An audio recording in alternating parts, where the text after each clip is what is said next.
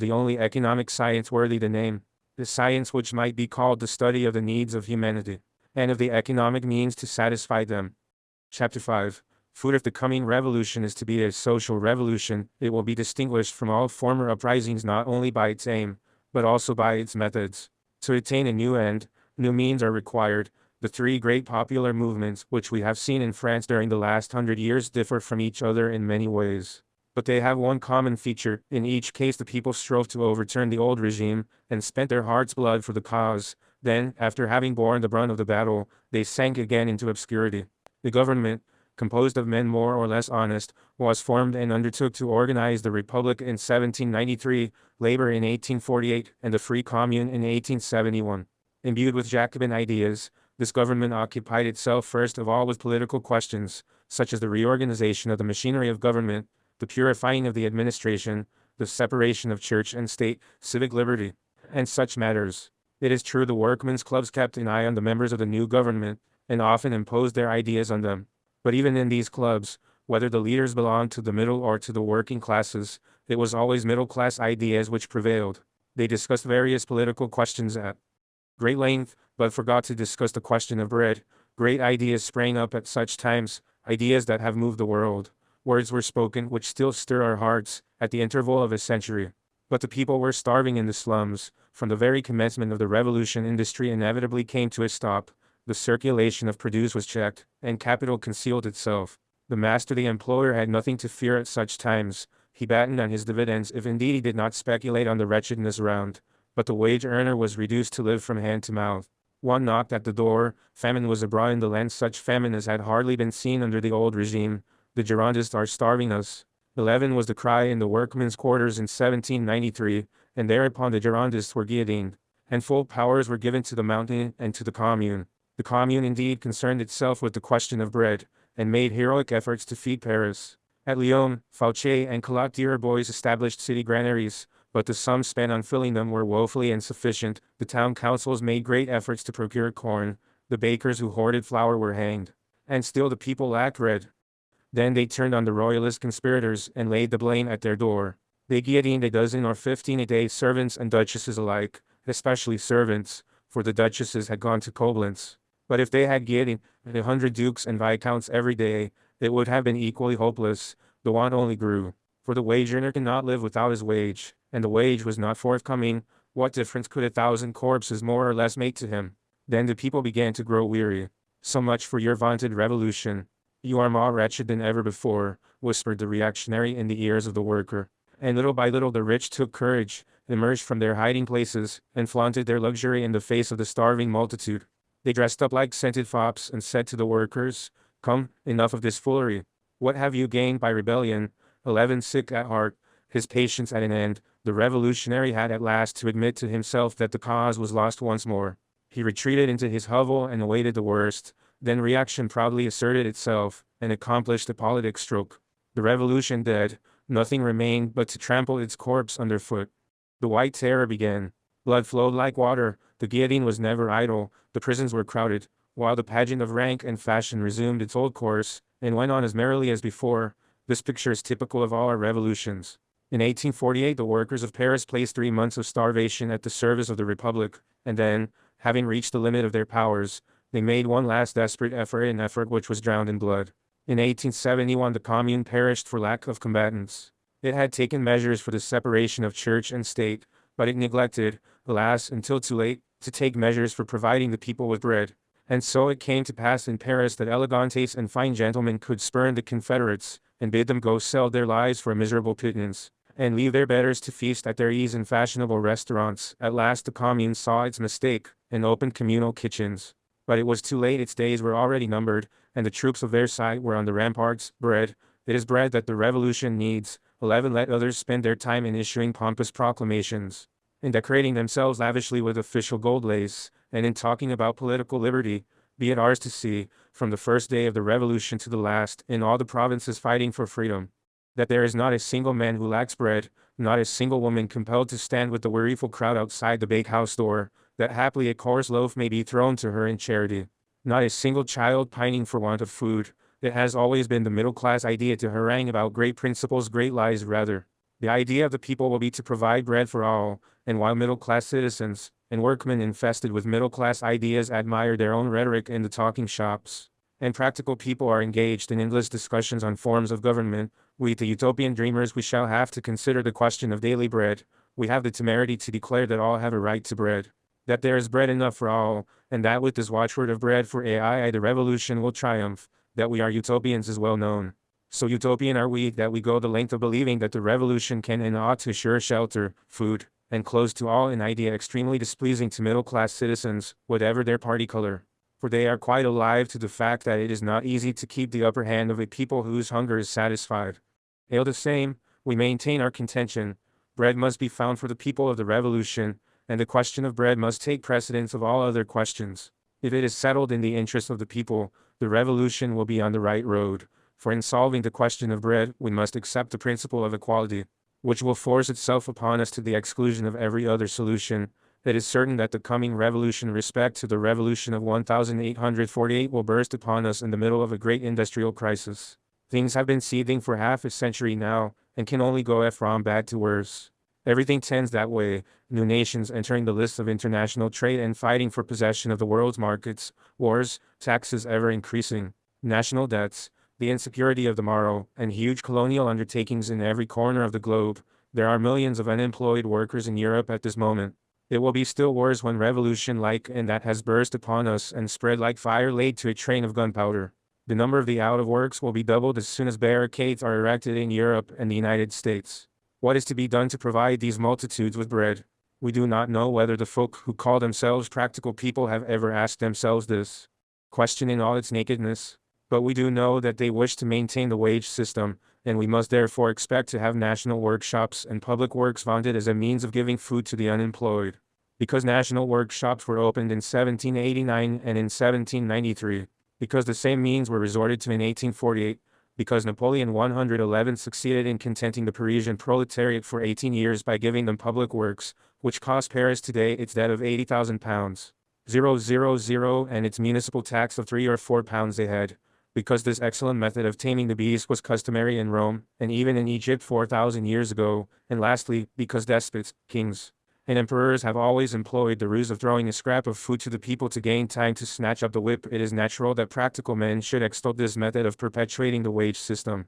What need to rack our brains when we have the time-honored method of the pharaohs at our disposal? Yet should the revolution be so misguided as to start on this path, it would be lost. In 1848, when the national workshops were opened on February 27, the unemployed of Paris numbered only 800. A fortnight later, they had already increased to 49,000. They would soon have been 100,000, without counting those who crowded in from the provinces. Yet at that time trade and manufacturers in France only employed half as many hands as today. And we know that in time of revolution, exchange and industry suffer most from the general upheaval. To realize this, we have only to think for a moment of the number of workmen whose labor depends directly or indirectly upon export trade, or of the number of hands employed in producing luxuries, whose consumers are the middle-class minority. A revolution in Europe means the unavoidable stoppage of at least half the factories and workshops. It means millions of workers and their families thrown on the streets, and our practical men would seek to avert this truly terrible situation by means of national relief works, that is to say, by means of new industries created on the spot to give work to the unemployed. It is evident, as Proudhon has already pointed out, that the smallest attack upon property will bring in its train the complete disorganization of the system based upon private enterprise and wage labor. Society itself will be forced to take production in hand, in its entirety, and to reorganize it to meet the needs of the whole people, but this cannot be accomplished in a day or a month. It must take a certain time thus to reorganize the system of production, and during this time millions of men will be deprived of the means of subsistence. What then is to be done? There is only one really practical solution of the problem: boldly to face the great task which awaits us, and instead of trying to patch up a situation which we ourselves have made untenable, to proceed to reorganize production on a new basis. Thus the really practical course of action, in our view, would be that the people should take immediate possession of all the food of the insurgent districts, keeping strict account of it all, that none might be wasted, and that by the aid of these accumulated resources everyone might be able to tide over the crisis. During that time an agreement would have to be made with the factory workers, the necessary raw material given them, and the means of subsistence assured to them while they work to supply the needs of the agriculture population.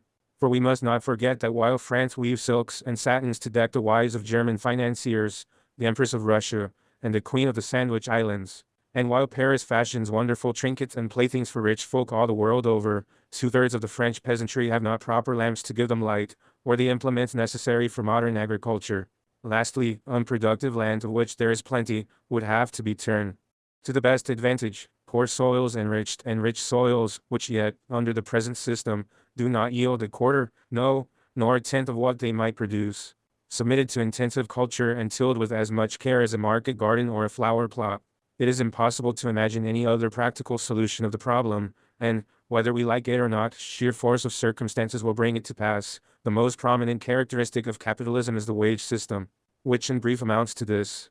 Men, or a group of men, possessing the necessary capital, start some industrial enterprise. He undertakes to supply the factory or workshops with raw material, to organize production, to pay the employees a fixed wage, and lastly to pocket the surplus value or profits, under pretext of recouping himself for managing the concern, for running the risks it may involve, and for the fluctuations of price in the market value of the wares.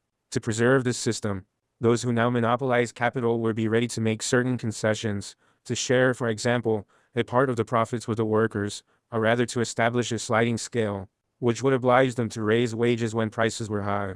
In brief, they would consent to certain sacrifices on condition that they were still allowed to direct industry and to take its first fruits. Collectivism, as we know, does not abolish wages, though it introduces considerable modifications into the existing order of things.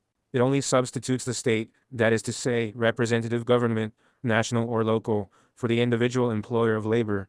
Under collectivism, it is the representatives of the nation, or of the district, and their deputies and officials who are to have the control of industry. It is they who reserve to themselves the right of employing the surplus of production in the interest of all. Moreover, collectivism draws a very subtle, but very far-reaching distinction between the work of the laborer and of the man who has learned the craft. Unskilled labor in the eyes of the collectivist is simple labor, while the work of the craftsman, the mechanic, the engineer, the man of science, etc., is what Marx calls complex labor and is entitled to a higher wage. But laborers and craftsmen, weavers and men of science, are all wage servants of the state, all officials, as was said lately, to gild the pill.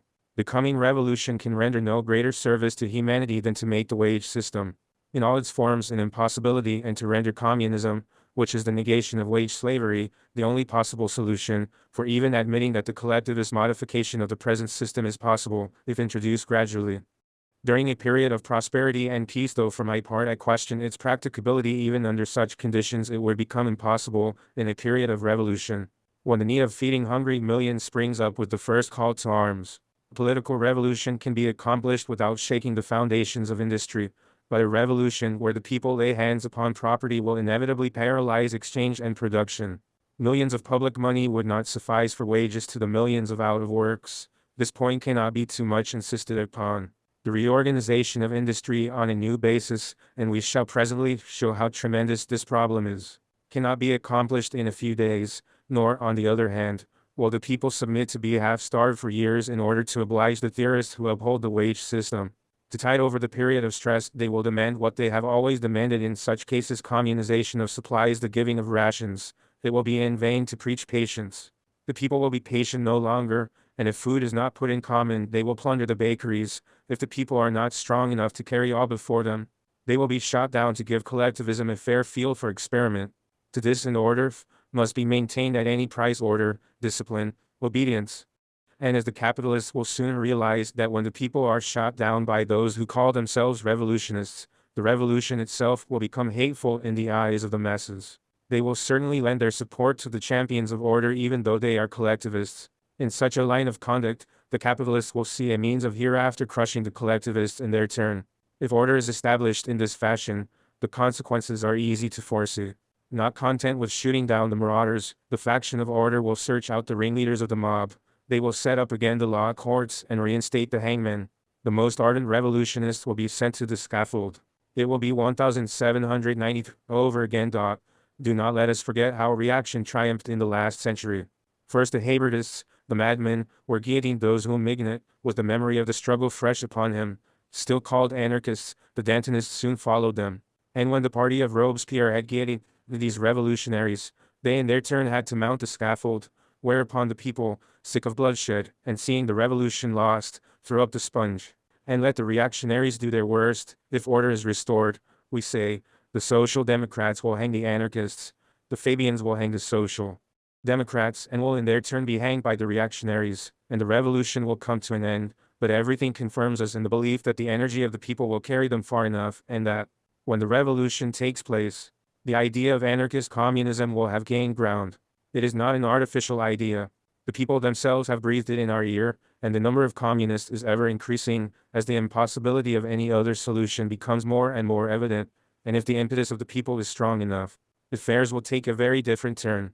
Instead of plundering the bakers' shops one day, and starving the next, the people of the insurgent cities will take possession of the warehouses, the cattle markets, fact of all the provision stores and of all the food to be had. The well-intentioned citizens, men and women both, will form themselves into bands of volunteers and address themselves to the task of making a rough general inventory of the contents of each shop and warehouse. In 24 hours the revolted town or district will know what Paris has not found out yet, in spite of its statistical committees, and what it never did find out during the siege: the quantity of provisions it contains. In 48 hours millions of copies will be printed of the tables giving a sufficiently exact account of the available food, the places where it is stored, and the means of distribution, in every block of houses, in every street, in every town ward. Bands of volunteers will have been organized. These commissariat volunteers will work in unison, and keep in touch with each other. If only the Jacobin bayonets do not get in the way, if only the self-styled scientific theorists do not thrust themselves into darkened council, I'll rather let them expound their muddle-headed theories as much as they like, provided they have no authority, no power, and that admirable spirit of organization inherent in the people, above all in every social grade of the French nation, but which they have so seldom been allowed to exercise, will initiate, even in so huge a city as Paris, and in the midst of a revolution, an immense guild of free workers, ready to furnish to each and all the necessary food, give the people a free hand. And in 10 days the food service will be conducted with admirable regularity. Only those who have never seen the people hard at work, only those who have passed their lives buried among documents, can doubt it. Speak of the organizing genius of the great misunderstood the people, to those who have seen it in Paris in the days of the barricades, or in London during the great dockers' strike, when 500,000 of starving folk had to be fed. And they will tell you how superior it is to the official ineptness of Bumbledom, and even supposing we had to endure a certain amount of discomfort and confusion for a fortnight or a month, surely that would not matter very much. For the mass of the people it would still be an improvement on their former condition, and besides, in times of revolution one can dine contentedly enough on a bit of bread and cheese while eagerly discussing events. In any case, this system which springs up spontaneously, under stress of immediate need, will be infinitely preferable to anything invented between four walls by Hyde. Bound theorists sitting on any number of committees, the people of the great towns will be driven by force of circumstances to take possession of all the provisions, beginning with the barest necessaries, and gradually extending communism to other things, in order to satisfy the needs of all the citizens. The sooner it is done the better.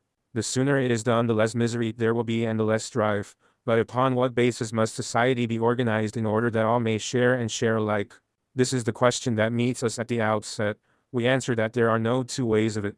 There is only one way in which communism can be established equitably, only one way which satisfies our instincts of justice and is at the same time practical, namely, the system already adopted by the agrarian communes of Europe. Take for example a peasant commune, no matter where, even in France, where the Jacobins have done their best to destroy all communal usage. If the commune possesses woods and copses, then, so long as there is plenty of wood for all, everyone can take as much as he wants without other let or hindrance than the public opinion of his neighbors.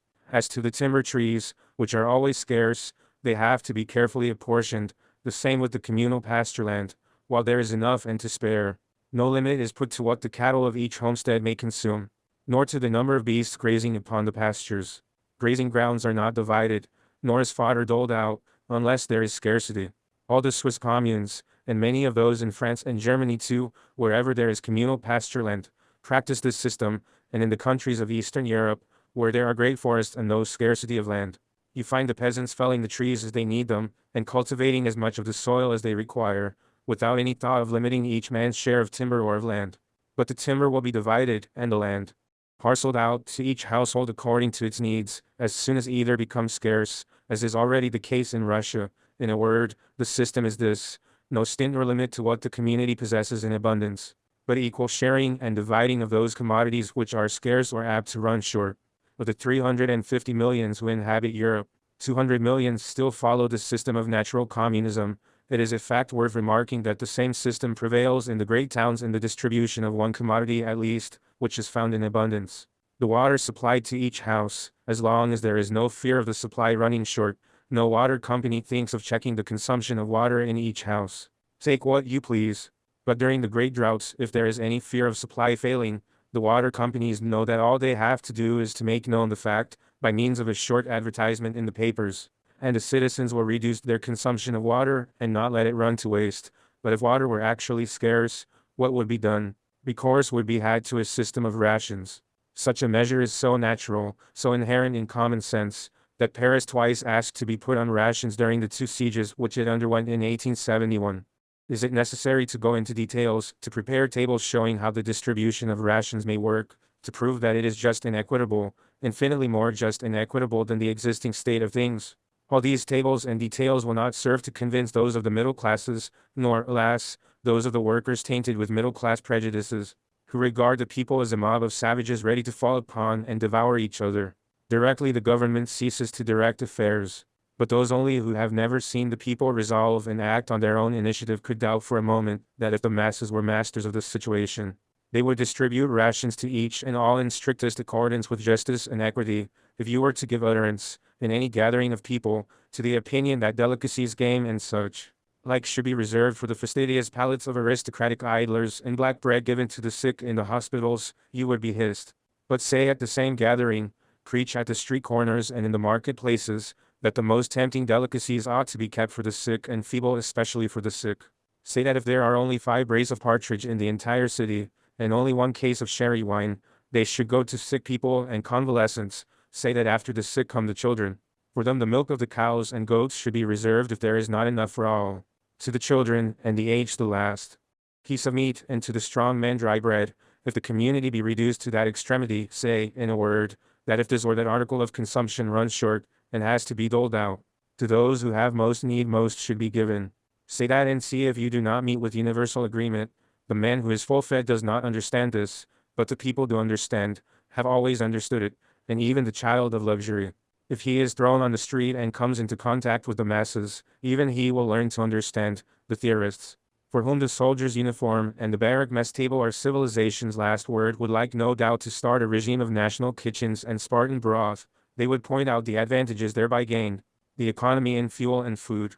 If such huge kitchens were established, where everyone could come for their rations of soup and bread and vegetables, we do not question these advantages. We are well aware that important economies have already been achieved in this direction, as, for instance, when the handmill, or quern, and the baker's oven attached to each house were abandoned. We can see perfectly well that it would be more economical to cook broth for 100 families at once, instead of lighting 100 separate fires. We know, besides, that there are 1,000 ways of doing up potatoes, but that cooked in one huge pot for 100 families they would be just as good. We know, in fact, that variety in cooking being a matter of the seasoning introduced by each cook or housewife. The cooking together of 100 weight of potatoes would not prevent each cook or housewife from dressing and serving them in any way she pleased. And we know that stock made from meat can be converted into 100 different soups to suit 100 different tastes. But though we are quite aware of all these facts, we still maintain that no one has a right to force the housewife to take her potatoes from the communal kitchen ready cooked if she prefers to cook them herself in her own pot on her own fire. And above all, we should wish each one to be free to take his meals with his family, or with his friends, or even in a restaurant, if so it seemed good to him. Naturally, large public kitchens will spring up to take the place of the restaurants, where people are poisoned nowadays. Already the Parisian housewife gets the stock for her soup from the butcher and transforms it into whatever soup she likes, and London housekeepers know that they can have a joint roasted, or an apple au rhubarb tart baked at the baker's for a trifling sum, thus economizing time and fuel. And when the communal kitchen, the common bakehouse of the future, is established, and people can get their food cooked without the risk of being cheated or poisoned, the custom will no doubt become general of going to the communal kitchen for the fundamental parts of the meal, leaving the last touches to be added as individual taste shall suggest. But to make a hard and fast rule of this, to make a duty of taking home our food ready cooked, that would be as repugnant to our modern minds as the ideas of the convent or the barrack. Morbid ideas born in brains warped by tyranny or superstition. Who will have a right to the food of the commune? will assuredly be the first question which we shall have to ask ourselves. Every township will answer for itself, and we are convinced that the answers will all be dictated by this sentiment of justice. Until labor is reorganized, as long as the disturbed period lasts, and while it is impossible to distinguish between inveterate idlers and genuine workers thrown out of work, the available food ought to be shared by all without exception. Those who have been enemies to the new order will hasten of their own accord to rid the commune of their presence. But it seems to us that the masses of the people, which have always been magnanimous, and have nothing of vindictiveness in their disposition, will be ready to share their bread with all who remain with them, conquered and conquerors alike. It will be no loss to the revolution to be inspired by such an idea, and, when work is set going again, the antagonists of yesterday will stand side by side in the same workshops. A society where work is free will have nothing to fear from idlers, but provisions will run short in a month. Our critics at once exclaim, "So much the better," say we. It will prove that for the first time on record the people have had enough to eat. As to the question of obtaining fresh supplies, we shall discuss the means in our next chapter. By what means could a city in a state of revolution be supplied with food? We shall answer this question, but it is obvious that the means resorted to will depend on the character of the revolution in the provinces and in neighboring countries. If the entire nation, or better still, if all Europe should accomplish the social revolution simultaneously and start with thoroughgoing communism, our procedure would be simplified, but if only a few communities in Europe make the attempt, other means will have to be chosen. The circumstances will dictate the measures. We are thus led, before we proceed further, to glance at the state of Europe, and without pretending to prophesy, we may try to foresee what course the revolution will take, or at least what will be its essential features. Certainly it would be very desirable that all Europe should rise at once, that expropriations should be general, and that communistic principles should inspire all and sundry. Such a universal rising would do much to simplify the task of our century, but all the signs lead us to believe that it will not take place. That the revolution will embrace Europe we do not doubt. If one of the four great continental capitals, Paris, Vienna, Brussels, or Berlin, rises in revolution and overturns its government, it is almost certain that the three others will follow its example within a few weeks' time. It is, moreover, highly probable that the peninsulas and even London and St. Petersburg would not be long in following suit. But whether the revolution would everywhere exhibit the same characteristics is doubtful, though it is more than probable that expropriation will be everywhere carried into effect on a larger or smaller scale, and that this policy carried out by any one of the great nations of Europe will influence all the rest. Yet the beginnings of the revolution will exhibit great local differences, and its course will vary in different countries. In 1789-93, the French peasantry took 4 years to finally rid themselves of the redemption of feudal rights, and the bourgeois to overthrow royalty. Let us keep that in mind, therefore, and be prepared to see the revolution develop itself somewhat gradually. Let us not be disheartened if here and there its steps should move less rapidly. Whether it would take an avowedly socialist character in all European nations, at any rate at the beginning, is doubtful. Germany, be it remembered, is still realizing its dream of a united empire. Its advanced parties see visions of a Jacobin republic like that of 1848, and of the organization of labor according to Louis Blanc, while the French people, on the other hand, want above all things a free commune. Whether it be a communist commune or not, there is every reason to believe that, when the coming revolution takes place, Germany will go further than France went in 1793. The 18th century revolution in France was an advance on the English Revolution of the 17th, abolishing as it did at one stroke the power of the throne and the landed aristocracy, whose influence still survives in England. But, if Germany goes further and does greater things than France did in 1793, there can be no doubt that the ideas which will foster the birth of her revolution will be those of 1848, as the ideas which will inspire the revolution in Russia will be those of 1789, modified somewhat by the intellectual movements of our own century. Without, however, attaching to these forecasted greater importance than they merit, we may safely conclude this much: the revolution will take a different character in each of the different European nations. The point attained in the socialization of wealth will not be everywhere the same. Will it therefore be necessary, as is sometimes suggested, that the nations in the vanguard of the movement should adapt their pace to those who lag behind? Must we wait till the communist revolution is ripe in all civilized countries? Clearly not. Even if it were a thing to be desired, it is not possible. History does not wait for the laggards. Besides, we do not believe that in any one country the revolution will be accomplished at a stroke, in the twinkling of an eye, as some socialists dream. It is highly probable that if one of the 5 or 6 large towns of France, Paris, Lyon, Marseille, Lille, Saint-Étienne, Bordeaux, were to proclaim the Commune, the others would follow its example, and that many smaller towns would do the same. Probably also various mining districts and industrial centers would hasten to rid themselves of owners and masters, and form themselves into free groups, but many country places have not advanced to that point. Side by side with the revolutionized communes, such places would remain in an expectant attitude, and would go on living on the individualist system, undisturbed by visits of the bailiff or the tax collector. The peasants would not be hostile to the revolutionaries, and thus, while profiting by the new state of affairs, they would defer the settlement of accounts with the local exploiters.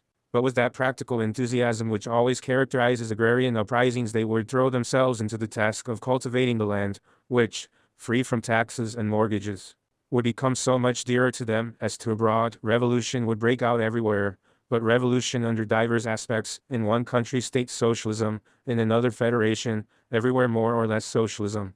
Not conforming to any particular rule, let us now return to our city in revolt, and consider how its citizens can provide foodstuffs for themselves. How are the necessary provisions to be obtained if the nation as a whole has not accepted communism? This is the question to be solved.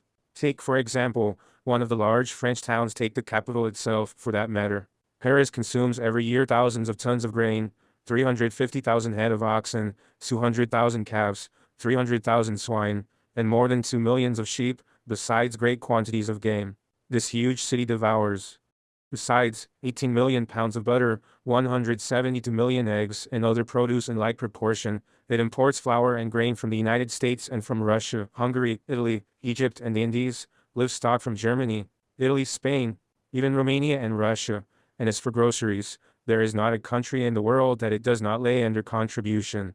Now, let us see how Paris or any other great town could be revictualled by homegrown produce, supplies of which could be readily and willingly sent in from the provinces. To those who put their trust in authority, the question will appear quite simple.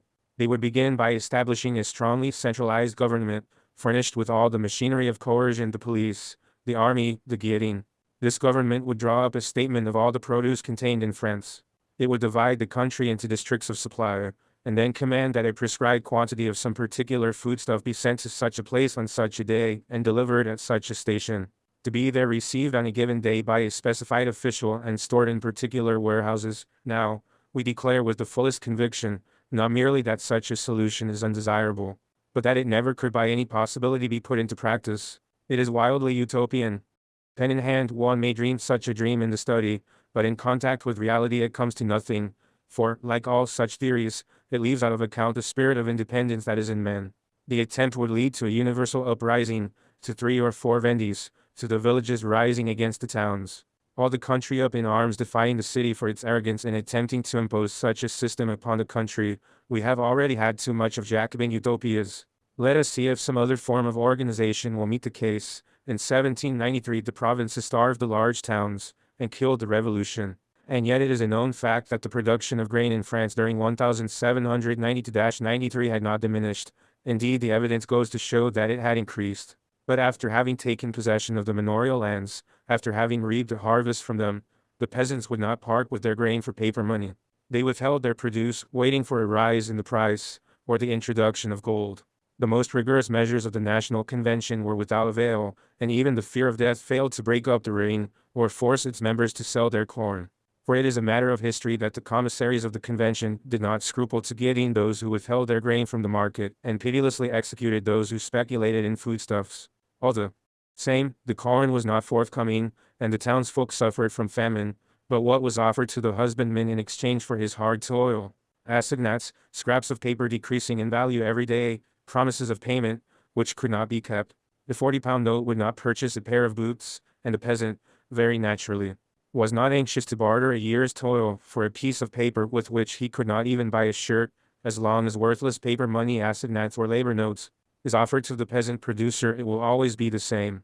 The country will withhold its produce, and the towns will suffer want. Even if the recalcitrant peasants are guillotined as before, whether called, we must offer to the peasant in exchange for his toil not worthless paper money, but the manufactured articles of which he stands in immediate need. He lacks the proper implements to till the land, clothes to protect him properly from the inclemencies of the weather, lamps and oil to replace his miserable rushlight or tallow dip, spades, rakes, plows. All these things under present conditions, the peasant is forced to do without, not because he does not feel the need of them, but because in his life of struggle and privation, 1,000 useful things are beyond his reach. because he has no money to buy them. Let the town apply itself, without loss of time, to manufacturing all that the peasant needs, instead of fashioning gewgaws for the wives of rich citizens. Let the sewing machines of Paris be set to work on clothes for the country folk. Work-a-day clothes and clothes for Sunday too, instead of costly evening dresses. Let the factories and foundries turn out agricultural implements, spades, rakes, and such like, instead of waiting till the English send them to France, in exchange for French wines. Let the town send no more inspectors to the villages, wearing red, blue, or rainbow-colored scarves, to convey to the peasant orders to take his produce to this place or that, but let them send friendly embassies to the country folk and bid them in brotherly fashion, bring us your produce, and take from our stores and shops all the manufactured articles you please. Then provisions would pour in on every side. The peasant would only withhold what he needed for his own use, and would send the rest into the cities, feeling for the first time in the course of history that these toiling townsfolk were his comrades, his brethren, and not his exploiters. We shall be told, perhaps, that this would necessitate a complete transformation of industry. Well, yes, that is true of certain departments, but there are other branches which could be rapidly modified in such a way as to furnish the peasant with clothes, watches, furniture, and the simple implements for which the towns make him pay such exorbitant prices at the present time. Weavers, tailors, shoemakers, tinsmiths, cabinet makers, and many other trades and crafts could easily direct their energies to the manufacture of useful and necessary articles, and abstain from producing mere luxuries. All that is needed is that the public mind should be thoroughly convinced of the necessity of this transformation, and should come to look upon it as an act of justice and of progress, and that it should no longer allow itself to be cheated by that dream, so dear to the theorists, the dream of a revolution, which confines itself to taking possession of the profits of industry, and leaves production and commerce just as they are now. This, then, is our view of the whole question. Cheat the peasant no longer with scraps of paper, be the sums inscribed upon them ever so large, but offer him in exchange for his produce the very things of which he, the tiller of the soil, stands in need. Then the fruits of the land will be poured into the towns. If this is not done, there will be famine in our cities, and reaction and despair will follow in its train. Hail the great towns, we have said, by their grain, their flour, and their meat, not only from the provinces, but also from abroad. Foreign countries send Paris spices, fish, and various dainties, besides immense quantities of corn and meat, but when the revolution comes we must depend on foreign countries as little as possible. If Russian wheat, Italian or Indian rice, and Spanish or Hungarian wines abound in the markets of Western Europe, it is not that the countries which export them have a superabundance, or that such a produce grows there of itself, like the dandelion in the meadows. In Russia, for instance, the peasant works 16 hours a day, and half starves from 3 to 6 months every year, in order to export the grain with which he pays the landlord and the state. Today the police appears in the Russian village as soon as the harvest is gathered in, and sells the peasant's last horse and last cow for arrears of taxes and rent due to the landlord, unless the victim immolates himself of his own accord by selling the grain to the exporters. Usually, rather than part with his livestock at a disadvantage, he keeps only a 9 months' supply of grain and sells the rest. Then, in order to sustain life until the next harvest, he mixes birch bark and tares with his flour for 3 months, if it has been a good year, and for 6 if it has been bad. While in London they are eating biscuits made of his wheat. But as soon as the revolution comes, the Russian peasant will keep bread enough for himself and his children, the Italian and Hungarian peasants will do the same, and the Hindu, let us hope, will profit by these good examples, and the farmers of America will hardly be able to cover all the deficit in grain which Europe will experience. So it will not do to count on their contributions of wheat and maize satisfying all the wants, since all our middle-class civilization is based on the exploitation of inferior races and countries with less advanced industrial systems. The revolution will confer a boon at the very outset, by menacing that civilization, and allowing the so-called inferior races to free themselves, but this great benefit will manifest itself by a steady and marked diminution of the food supplies pouring into the great cities of Western Europe. It is difficult to predict the course of affairs in the provinces. On the one hand, the slave of the soil will take advantage of the revolution to straighten his bowed back. Instead of working 14 or 15 hours a day, as he does at present, he will be at liberty to work only half that time, which of course would have the effect of decreasing the production of the principal articles of consumption, grain and meat. But on the other hand, there will be an increase of production as soon as the peasant realizes that he is no longer forced to support the idle rich by his toil. New tracts of land will be cleared, new and improved machines set in going. Never was the land so energetically cultivated as in 1792, when the peasant had taken back from the landlord the soil which he had coveted so long. Michelet tells us, speaking of the Great Revolution, before long, intensive culture would be within the reach of all. Improved machinery, chemical manures, and all such matters would be common property. But everything tends to indicate that at the outset there would be a falling off in agricultural products.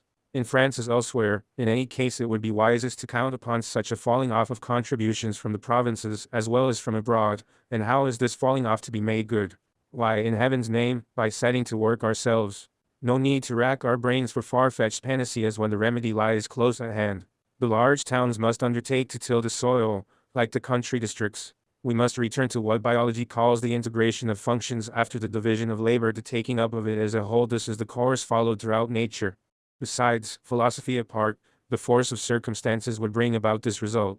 Let Paris see that at the end of 8 months it will be running short of bread, and Paris will set to work to grow wheat. What about land? It will not be wanting. For it is round the great towns, and round Paris especially, that the parks and pleasure grounds of the landed gentry are to be found.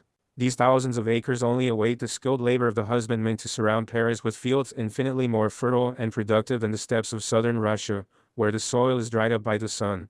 Nor will labor be lacking to watch should the 2,000,000 citizens of Paris turn their attention when they would be no longer catering for the luxurious fads and amusements of Russian princes, Romanian grandees, and wives of Berlin financiers. With all the mechanical inventions of the century, with all the intelligence and technical skill of the worker accustomed to deal with complicated machinery, with inventors, chemists, professors of botany, practical botanists like the market gardeners of Yenvilliers, with all the workshops that they could use for multiplying and improving machinery, and, finally, with the organizing spirit of the Parisian people, their pluck and energy, with all these at its command, the agriculture of the anarchist commune of Paris would be a very different thing from the rude husbandry of the Ardennes. Steam, electricity, the heat of the sun, and the breath of the wind, will ere long be pressed into service. The steam harrow and the steam plow will quickly do the rough work of preparation, and the soil, thus cleaned and enriched, will only need the intelligent care of man, and of woman even more than man, to be clothed with luxuriant vegetation, not once but 3 or 4 times in the year,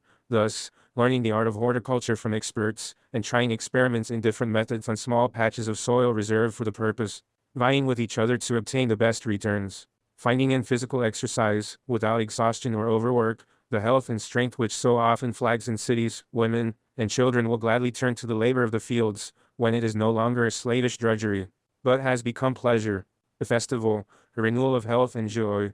There are no barren lands. The earth is worth what man is worth. That is the last word of modern agriculture. Ask of the earth, and she will give you bread, provided that you ask aright. A district, though it were as small as the departments of the Seine and the Seine-et-Oise, and with so great a city as Paris to feed, would be practically sufficient to grow men. Upon it all the food supplies, which otherwise might fail to reach it, the combination of agriculture and industry, the husbandman and the mechanic in the same individual. This is what anarchist communism will inevitably lead us to. If it starts fair with expropriation, let the revolution only get so far, and famine is not the enemy it will have to fear.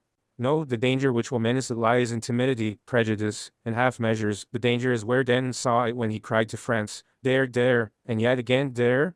11. The bold thought first, and the bold deed will not fail to follow.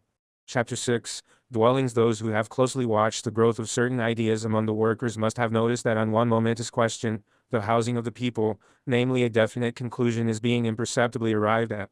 It is a known fact that in the large towns of France, and in many of the smaller ones also, the workers are coming gradually to the conclusion that dwelling houses are in no sense the property of those whom the state recognizes as their owners. This idea has evolved naturally in the minds of the people, and nothing will ever convince them again that the rights of property ought to extend to houses. The house was not built by its owner. It was erected, decorated, and furnished by innumerable workers in the timber yard, the brick field, and the workshop, toiling for dear life at a minimum wage.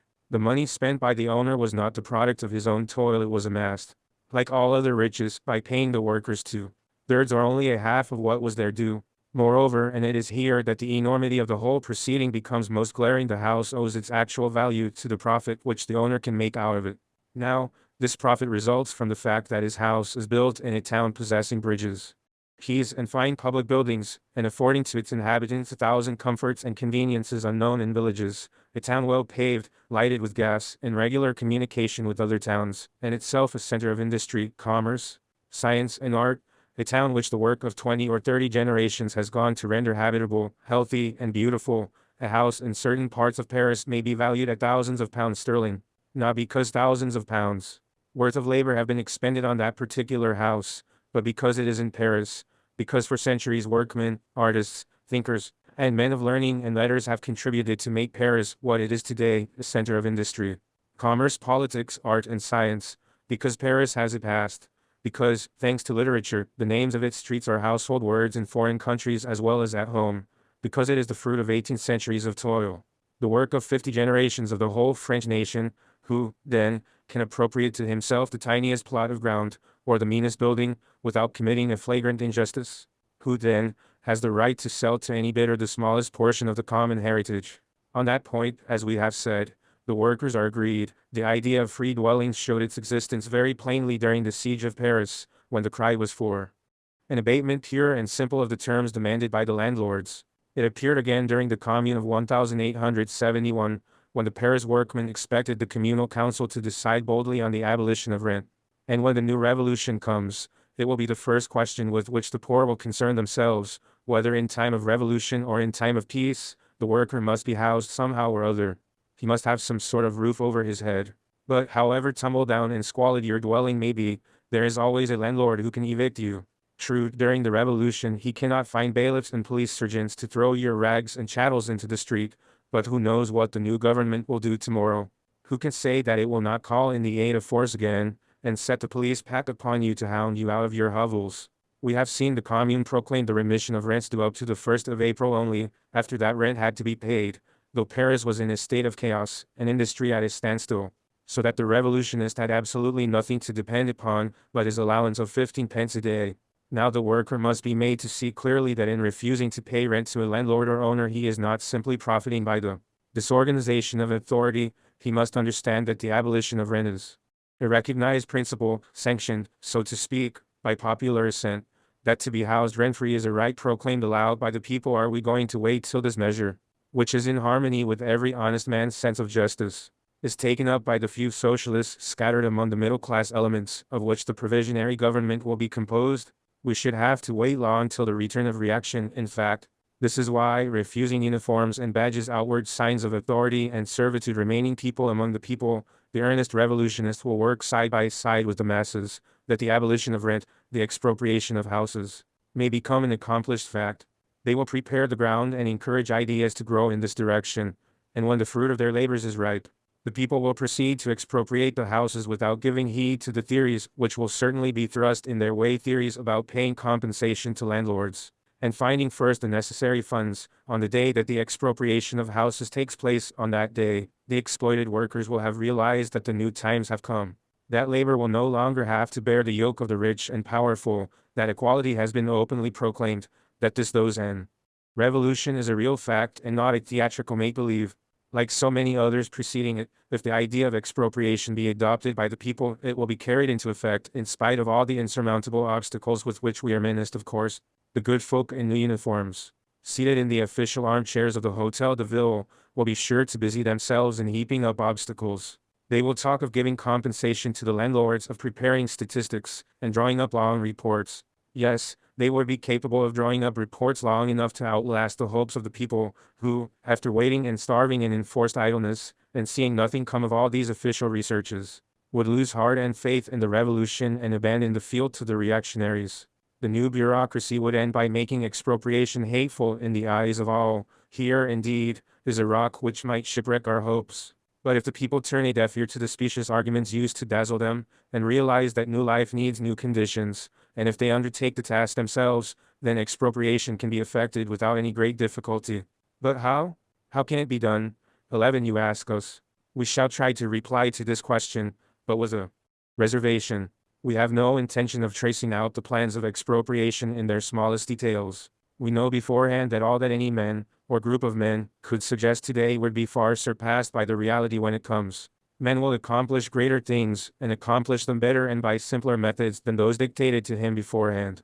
Thus we are content to indicate the manner by which expropriation might be accomplished, without the intervention of government. We do not propose to go out of our way to answer those who declare that the thing is impossible. We confine ourselves to replying that we are not the upholders of any particular method of organization.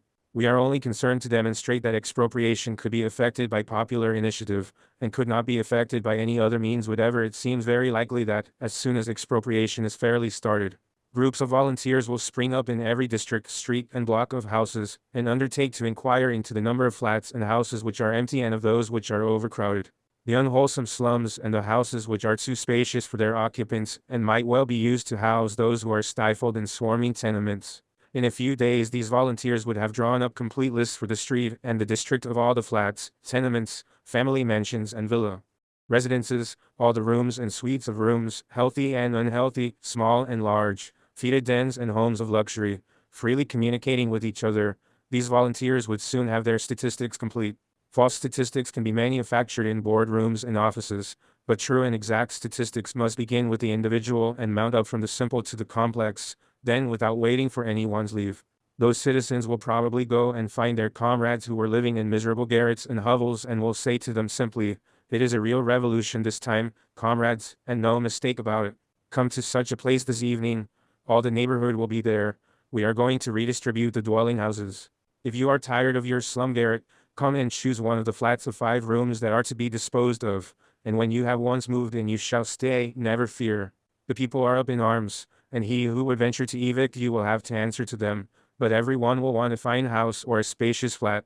11. We are told, "No, you are mistaken. It is not the people's way to clamor for the moon. On the contrary, every time we have seen them set about repairing a wrong, we have been struck by the good sense and instinct for justice which animates the masses. Have we ever known them demand the impossible? Have we ever seen the people of Paris fighting among themselves while waiting for their rations of bread or firewood during the 2 sieges? The patience and resignation which prevailed among them was constantly held up to admiration by the foreign press correspondents. And yet these patient waiters knew full well that the last comers would have to pass the day without food or fire. We do not deny that there are plenty of egotistic instincts and isolated individuals in our societies. We are quite aware of it. But we contend that the very way to revive and nourish these instincts would be to confine such questions as the housing of the people to any board or committee, in fact, to the tender mercies of officialism in any shape or form. Then indeed all the evil passions spring up, and it becomes a case of who is the most influential person on the board. The least inequality causes wranglings and recriminations. If the smallest advantage is given to anyone, a tremendous hue and cry is raised, and not without reason. But if the people themselves, organized by streets, districts and parishes, undertake to move the inhabitants of the slums into the half-empty dwellings of the middle classes, the trifling inconveniences, the little inequalities will be easily tided over. Rarely has appeal been made to the good instincts of the masses only as a last resort, to save the sinking ship in times of revolution, but never has such an appeal been made in vain. The heroism, the self-devotion of the toiler has never failed to respond to it, and thus it will be in the coming revolution. But, when all is said and done, some inequalities, some inevitable injustices, will remain.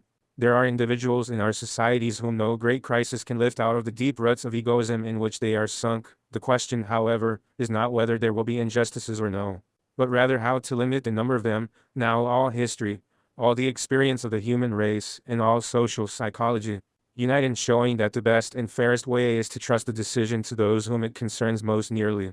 It is they alone who can consider and allow for the 101 details which must necessarily be overlooked in any merely official redistribution. Moreover, it is by no means necessary to make straightway an absolutely equal redistribution of all the dwellings. There will no doubt be some inconveniences at first, but matters will soon be righted in a society which has adopted expropriation, when the masons and carpenters, and all who are concerned in house building, know that their daily bread is secured to them. They will ask nothing better than to work at their old trades a few hours a day. They will adapt the fine houses which absorb the time of a whole staff of servants, and in a few months homes will have sprung up, infinitely healthier and more conveniently arranged than those of today. And to those who are not yet comfortably housed, the anarchist commune will be able to say, "Patience, comrades. Palaces fairer and finer than any the capitalists build for themselves will spring from the ground of our enfranchised city. They will belong to those who have most need of them." The anarchist commune does not build with an eye to revenues. These monuments erected to its citizens, products of the collective spirit, will serve as models to all humanity. They will be yours. If the people of the revolution expropriate the houses and proclaim free lodgings, the communalizing of houses, and the right of each family to a decent dwelling, then the revolution will have assumed a communistic character from the first, and started on a course from which it will be by no means easy to turn it. It will have struck a fatal blow at individual property. For the expropriation of dwellings contains in germ the whole social revolution. On the manner of its accomplishment depends the character of all that follows. Either we shall start on a good road leading straight to anarchist communism, or we shall remain sticking in the mud of despotic individualism. It is easy to see the numerous objections on the one hand, practical on the other, with which we are sure to be met. As it will be a question of maintaining iniquity at any price, our opponents will of course protest in the name of justice. Is it not a crying shame, they will exclaim, that the people of Paris should take possession of all these fine houses, while the peasants in the country have only tumble-down huts to live in? 11. But do not let us make a mistake. These theoretic enthusiasts for justice forget, by a lapse of memory to which they are subject, the crying shame which they themselves are tacitly defending. They forget that in this same city the worker, with his wife and children, suffocates in a noisome garret, while from his window he sees the rich man's palace. They forget that whole generations perish in crowded slums, starving for air and sunlight, and that to redress this injustice ought to be the first task of the revolution. Do not let these disingenuous protests hold us back. We know that any inequality which may exist between town and country in the early days of the revolution will be transitory and of a nature to right itself from day to day, for the village will not fail to improve its dwellings as soon as the peasant has ceased to be the beast of burden of the farmer, the merchant, the moneylender, and the state. In order to avoid an accidental and transitory inequality, shall we stay our hand from righting an ancient wrong? The so-called practical objections are not very formidable either. We are bidden to consider the hard case of some poor fellow who by dint of privation has contrived to buy a house just large enough to hold his family, and we are going to deprive him of his hard-earned happiness, to turn him into the street. Certainly not. If his house is only just large enough for his family, by all means let him stay there. Let him work in his little garden too. Our boys will not hinder him, nay, they will lend him a helping hand if need be. But suppose he lets lodgings, suppose he has empty rooms in his house. Then the people will make the lodger understand that he need not pay his former landlord any more rent. Stay where you are, but rent free. No more duns and collectors. Socialism has abolished all that. Or again, suppose that the landlord has a score of rooms all to himself, and some poor woman lives nearby with 5 children in one room. In that case the people would see whether, with some alterations, these empty rooms could not be converted into a suitable home for the poor woman and her 5 children. Would not that be more just and fair than to leave the mother and her 5 little ones languishing in a garret, while Sir Gorgeous Midas sat at his ease in an empty mansion? Besides, good Sir Gorgeous would probably hasten to do it of his own accord. His wife will be delighted to be freed from half her big, unwieldy house when there is no longer a staff of servants to keep it in order. So you are going to turn everything upside down, say the defenders of law and order. There will be no end to the evictions and removals. Would it not be better to start fresh by turning everybody out of doors and redistributing the houses by lot? 11. Thus are critics, but we are firmly persuaded that if no government interferes in the matter, if all the changes are entrusted to those free groups which have sprung up to undertake the work, the evictions and removals will be less numerous than those which take place in 1 year under the present system. Owing to the rapacity of landlords, in the first place, there are in all large towns almost enough empty houses and flats to lodge all the inhabitants of the slums. As to the palaces and suites of fine apartments, many working people would not live in them if they could. One could not keep up such houses without a large staff of servants. Their occupants would soon find themselves forced to seek less luxurious dwellings. The fine ladies would find that palaces were not well adapted to self-help in the kitchen. Gradually people would shake down. There would be no need to conduct Dives to a garret at the bayonet's point, or install Lazarus in Dives's palace by the help of an armed escort. People would shake down amicably into the available dwellings, with the least possible friction and disturbance. Have we not the example of the village communes redistributing fields and disturbing the owners of the allotments so little, that one can only praise the intelligence and good sense of the methods they employ? Fewer fields change hands under the management of the Russian commune than where personal property holds sway, and is forever carrying its quarrels into courts of law. And are we to believe that the inhabitants of a great European city would be less intelligent and less capable of organization than Russian or Hindu peasants? Moreover, we must not blink the fact that every revolution means a certain disturbance to everyday life, and those who expect this tremendous lift out of the old grooves to be accomplished without so much as jarring the dishes on their dinner tables will find themselves mistaken. It is true that governments can change without disturbing worthy citizens at dinner, but the crimes of society towards those who have nourished and supported it are not to be redressed by any such political sleight of parties. Undoubtedly there will be a disturbance, but it must not be of pure destruction. It must be minimized. And again, it is impossible to lay too much stress on this maxim. It will be by addressing ourselves to the interested parties, and not to boards and committees, that we shall best succeed in reducing the sum of inconveniences for everybody. The people commit blunder on blunder when they have to choose by ballot some harebrained candidate who solicits the honor of representing them, and takes upon himself to know all, to do all, and to organize all. But when they take upon themselves to organize what they know, what touches them directly, they do it better than all the talking shops put together. Is not the Paris Commune an instance in point, and the great dockers' strike, and have we not constant evidence of this fact in every village commune? Chapter 7. Clothing. When the houses have become the common heritage of the citizens, and when each man has his daily supply of food, another forward step will have to be taken. The question of clothing will of course demand consideration next, and again the only possible solution will be to take possession, in the name of the people, of all the shops and warehouses where clothing is sold or stored, and to throw open the doors to all, so that each can take what he needs. The communalization of clothing, the right of each to take what he needs from the communal stores, or to have it made for him at the tailors and outfitters, is a necessary corollary of the communalization of houses and food.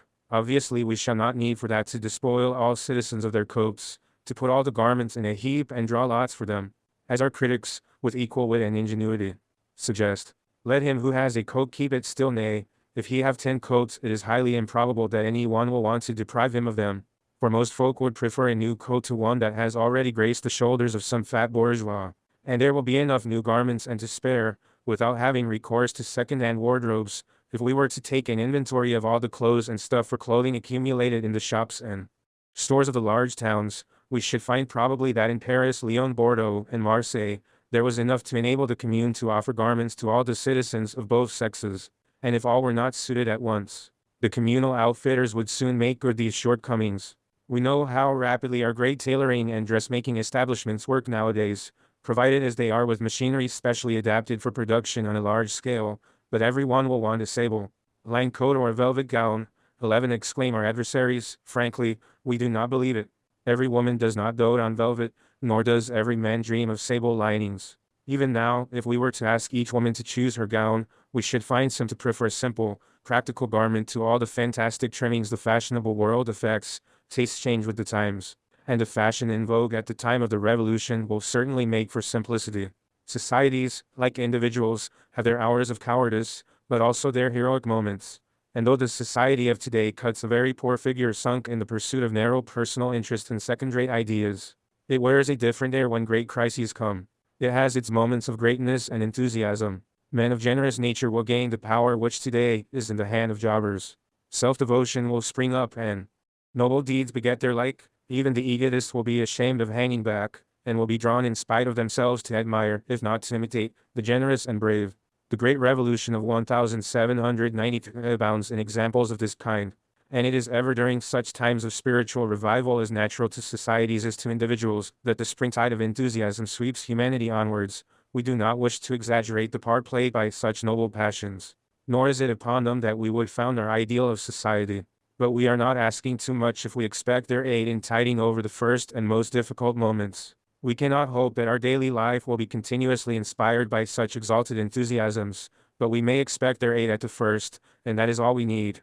It is just to wash the earth clean, to sweep away the shards and refuse, accumulated by centuries of slavery and oppression, that the new anarchist society will have need of this wave of brotherly love. Later on it can exist without appealing to the spirit of self-sacrifice, because it will have eliminated oppression, and thus created a new world instinct with all the feelings of solidarity. Besides, should the character of the revolution be such as we have sketched here, the free initiative of individuals would find an extensive field of action, and, thwarting the efforts of the egotists, groups would spring up in every street and quarter to undertake the charge of the clothing. They would make inventories of all that the city possessed, and would find out approximately what were the resources at their disposal. It is more than likely that in the matter of clothing the citizens would adopt the same principle as in the matter of provisions, that is to say, they would offer freely from the common store everything which was to be found in abundance, and dole out whatever was limited in quantity. Not being able to offer to each man a sable-lined coat, and to every woman a velvet gown, society would probably distinguish between the superfluous and the necessary, and provisionally at least, class sable and velvet among the superfluities of life, ready to let time prove whether what is a luxury today may not become common to all tomorrow, while the necessary clothing would be guaranteed to each inhabitant of the anarchist city, It would be left to private activity to provide for the sick and feeble those things, provisionally considered as luxuries, and to procure for the less robust such special articles as would not enter into the daily consumption of ordinary citizens. But, it may be urged, this great uniformity means the end of everything beautiful in life and artly. Certainly not. 11. We reply, and we still base our opinion on what already exists. We propose to show presently how an anarchist society could satisfy the most artistic taste of its citizens without allowing them to amass the fortunes of millionaires. Chapter 8. Ways and means. If a society, a city, or a territory were to guarantee the necessaries of life to its inhabitants, and we shall see how the conception of the necessaries of life can be so extended as to include luxuries, it would be compelled to take possession of what is absolutely needed for production, that is to say, land, machinery, factories, means of transport, etc. Capital in the hands of private owners would be expropriated and returned to the community. The great harm done by bourgeois society, as we have already mentioned, is not only that capitalists seize a large share of the profits of each industrial and commercial enterprise, thus enabling them to live without working, but that all production has taken a wrong direction, as it is not carried on with a view to securing well-being to all. For this reason we condemn it. Moreover, it is impossible to carry on mercantile production in everybody's interest. To wish it would be to expect the capitalist to go beyond his province and to fulfill duties that he cannot fulfill without ceasing to be what he is, a private manufacturer seeking his own enrichment. Capitalist organization, based on the personal interest of each individual trader, has given all that could be expected of it to society. It has increased the productive force of work. The capitalist, profiting by the revolution effected in industry by steam, by the sudden development of chemistry and machinery, and by other inventions of our century, has endeavored in his own interest to increase the yield of work, and in a great measure he has succeeded. But to attribute other duties to him would be unreasonable. For example, to expect that he should use this superior yield of work in the interest of society as a whole, would be to ask philanthropy and charity of him. And a capitalist enterprise cannot be based on charity. It now remains for society to extend this greater productivity, which is limited to certain industries, and to apply it to the general good. But it is evident that to guarantee well-being to all, society must take back possession of all means of production. Economists, as is their wont, will not fail to remind us of the comparative well-being of a certain category of young robust workmen, skilled in certain special branches of industry. It is always this minority that is pointed out to us with pride. But is this well-being, which is the exclusive right of a few, secure? Tomorrow maybe negligence, improvidence, or the greed of their employers, will deprive these privileged men of their work, and they will pay for the period of comfort they have enjoyed with months and years of poverty or destitution. How many important industries woven goods, iron, sugar, etc., without mentioning short-lived trades, have we not seen decline or come to a standstill alternately on account of speculations, or in consequence of natural displacement of work, and lastly from the effects of competition due to capitalists themselves? If the chief weaving and mechanical industries had to pass through such a crisis as they have passed through in 1886, we hardly need mention the small trades, all of which come periodically to a standstill. What, too, shall we say to the price which is paid for the relative well-being of certain categories of workmen? Unfortunately, it is paid for by the ruin of agriculture, the shameless exploitation of the peasants, the misery of the masses. In comparison with the feeble minority of workers who enjoy a certain comfort, how many millions of human beings live from hand to mouth, without a secure wage, ready to go wherever they are wanted? How many peasants work 14 hours a day for a poor pittance? Capital depopulates the country, exploits the colonies and the countries where industries are but little developed, dooms the immense majority of workmen to remain without technical education, to remain mediocre even in their own trade. This is not merely accidental, it is a necessity of the capitalist system. In order to remunerate certain classes of workmen, peasants must become the beasts of burden of society, the country must be deserted for the town, small trades must agglomerate in the foul suburbs of large cities, and manufacture 1,000 things of little value for next to nothing, so as to bring the goods of the greater industries within reach of buyers with small salaries. That bad cloth may sell, garments are made for ill-paid workers by tailors who are satisfied with a starvation wage. Eastern lands in a backward state are exploited by the West, in order that, under the capitalist system, workers in a few privileged industries may obtain certain limited comforts of life.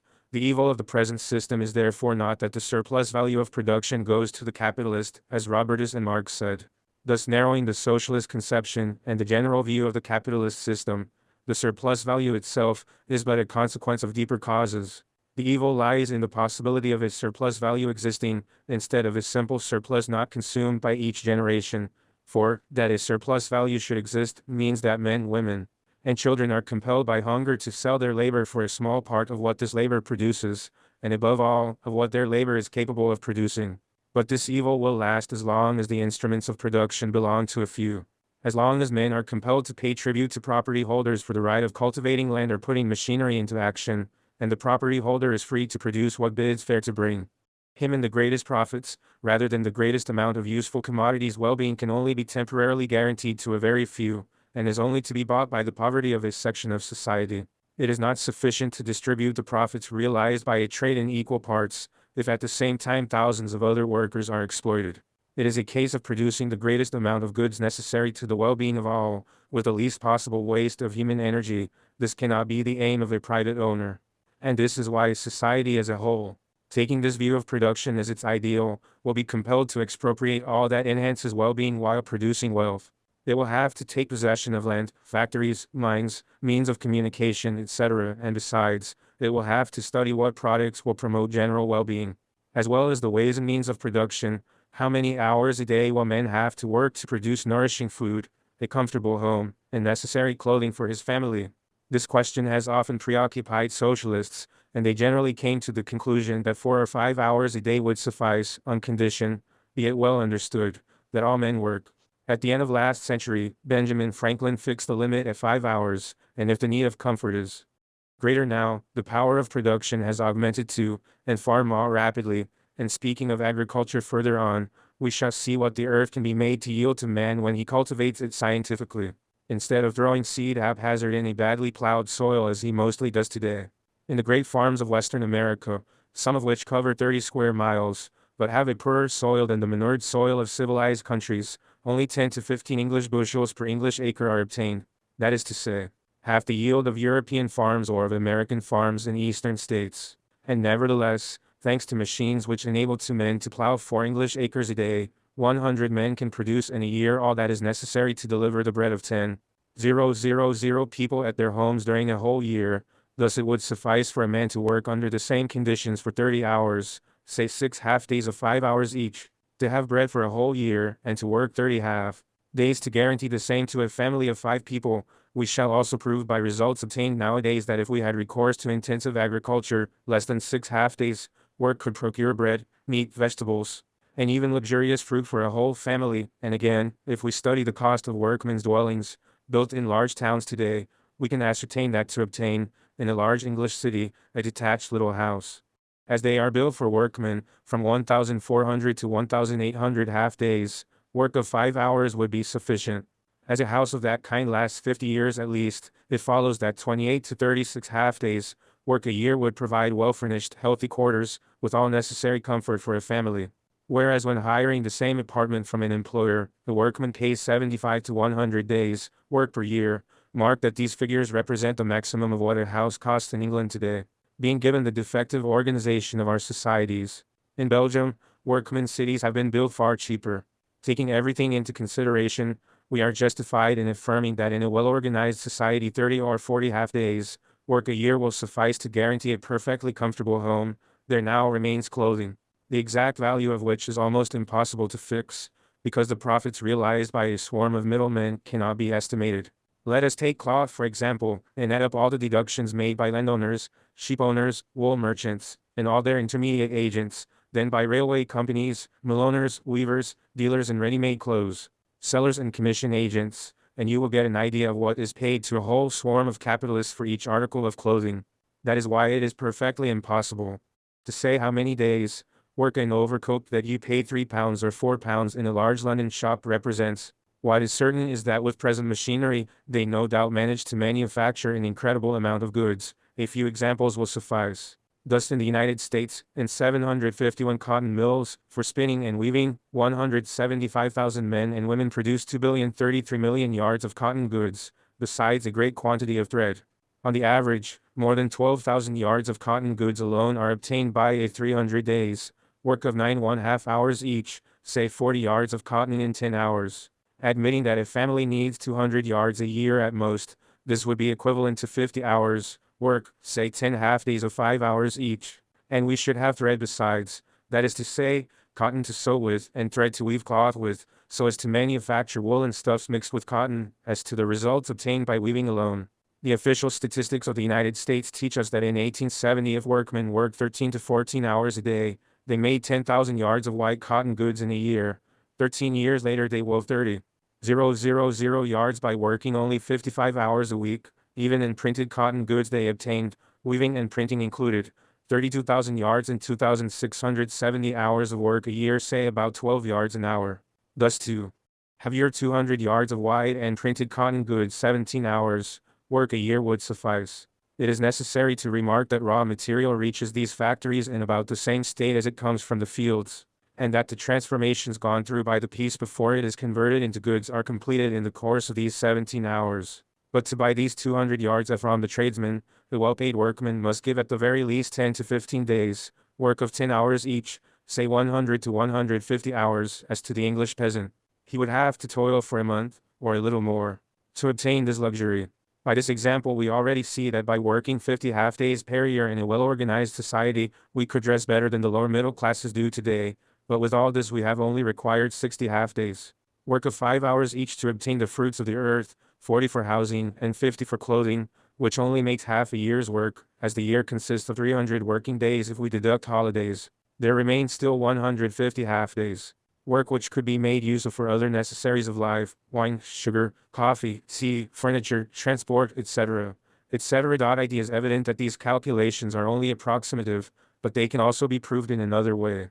When we take into account how many, in the so-called civilized nations, produce nothing, how many work at harmful trades, doomed to disappear, and lastly, how many are only useless middlemen, we see that in each nation the number of real producers could be doubled.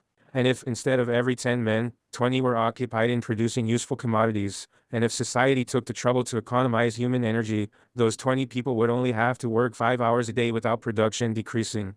And it would suffice to reduce the waste of human energy at the service of wealthy families, or of those administrations that have one official to every 10 inhabitants, and to utilize those forces to augment the productivity of the nation, to limit work to 4 or even to 3 hours, on condition that we should be satisfied with present production. After studying all these facts together, we may arrive, then, at the following conclusion. Imagine a society, comprising a few million inhabitants, engaged in agriculture and a great variety of industries. Paris, for example, with the department of Seine, was. Suppose that in this society all children learn to work with their hands as well as with their brains. Admit that all adults, say women who are engaged in raising their children, bind themselves to work 5 hours a day from the age of 20 or 22 to 45 or 50, and that they follow occupations they have chosen in any one branch of human work considered necessary. Such a society could in return guarantee well-being to all its members, that is to say, a more substantial well-being than that enjoyed today by the middle classes, and, moreover, each worker belonging to this society would have at his disposal at least 5 hours a day which he could devote to science, art, and individual needs which do not come under the category of necessities, but will probably do so later on, when man's productivity will have augmented, and those objects will no longer appear luxurious or inaccessible. Chapter 9. The need for luxury. Man, however, is not a being whose exclusive purpose in life is eating, drinking, and providing a shelter for himself. As soon as his material wants are satisfied, other needs of an artistic character will thrust themselves forward the more ardently. Aims of life vary with each and every individual, and the more society is civilized, the more will individuality be developed, and the more will desires be varied. Even today we see men and women denying themselves necessaries to acquire mere trifles, to obtain some particular gratification, or some intellectual or material enjoyment. A Christian or an ascetic may disapprove of these desires for luxury, but it is precisely these trifles that break the monotony of existence and make it agreeable. Would life, with all its inevitable sorrows, be worth living, if besides daily work man could never obtain a single pleasure according to his individual tastes? If we wish for a social revolution, it is no doubt in the first place to give bread to all, to transform this execrable society, in which we can every day see robust workmen dangling their arms for want of an employer who will exploit them, women and children wandering shelterless at night, whole families reduced to dry bread, men, women, and children dying for want of care, and even for want of food. It is to put an end to these iniquities that we rebel, but we expect more from the revolution. We see that the worker compelled to struggle painfully for bare existence is reduced to ignorance of these higher delights, the highest within man's reach of science and especially of scientific discovery, of art, and especially of artistic creation. It is in order to obtain these joys for all, which are now reserved to a few, in order to give leisure and the possibility of developing intellectual capacities, that the social revolution must guarantee daily bread to all. After bread has been secured, leisure is the supreme aim. No doubt nowadays, when hundreds and thousands of human beings are in need of bread, coal, clothing, and shelter, luxury is a crime. To satisfy it, the worker's child must go without bread. But in a society in which all can eat sufficiently, the needs which we consider luxuries today will be the more keenly felt. And as all men do not and cannot resemble one another, the variety of tastes and needs is the chief guarantee of human progress. There will always be, and it is desirable that there should always be, men and women whose desire will go beyond those of ordinary individuals in some particular direction. Everybody does not need a telescope, because, even if learning were general, there are people who prefer examining things through a microscope to studying the starry heavens. Some like statues, some pictures. A particular individual has no other ambition than to possess an excellent piano, while another is pleased with an accordion. The tastes vary, but the artistic needs exist in all. In our present, poor capitalistic society, the man who has artistic needs cannot satisfy them unless he is heir to a large fortune, or by dint of hard work appropriates to himself an intellectual capital, which will enable him to take up a liberal profession. Still he cherishes the hope of someday satisfying his tastes more or less, and for this reason he reproaches the idealist communist societies with having the material life of each individual as their sole aim. In your communal stores you may perhaps have bread for all, he says to us, but you will not have beautiful pictures, optical instruments, luxurious furniture, artistic jewelry, in short, the many things that minister to the infinite variety of human tastes. And in this way you suppress the possibility of obtaining anything besides the bread and meat which the commune can offer to all, and the gray linen in which all your lady citizens will be dressed. These are the objections which all communist systems have to consider, and which the founders of new societies, established in American deserts, never understood. They believe that if the community could procure sufficient cloth to dress all its members, a music hall in which the brothers could strum a piece of music, or act a play from time to time, it was enough. They forgot that the feeling for art existed in the agriculturist as well as in the burgher, and, notwithstanding that the expression of artistic feeling varies according to the difference in culture, in the main it remains the same. In vain did the community guarantee the common necessaries of life, in vain did it suppress all education that would tend to develop individuality, in vain did it eliminate all reading save the Bible. Individual tastes broke forth, and caused general discontent. Quarrels arose when somebody proposed to buy a piano or scientific instruments, and the elements of progress flagged. The society could only exist on condition that it crushed all individual feeling, all artistic tendency, and all development. Will the anarchist commune be impelled by the same direction? Evidently not, if it understands that while it produces all that is necessary to material life, it must also strive to satisfy all manifestations of the human mind. We frankly confess that when we think of the abyss of poverty and suffering that surrounds us, when we hear the heart-rending cry of the worker walking the streets begging for work, we are loath to discuss the question, how will men act in a society whose members are properly fed, to satisfy certain individuals desirous of possessing a piece of Sevres china or a velvet dress? We are tempted to answer, let us make sure of bread to begin with, we shall see to china and velvet later on, but as we must recognize that man has other needs besides food, and as the strength of anarchy lies precisely in that it understands all human faculties and all passions, and ignores none, we shall, in a few words, explain how man can contrive to satisfy all his intellectual and artistic needs. We have already mentioned that by working 4 or 5 hours a day till the age of 45 or 50, men could easily produce all that is necessary to guarantee comfort to society, but the day's work of a man accustomed to toil does not consist of 5 hours, it is a 10 hours day for 300 days a year, and lasts all his life.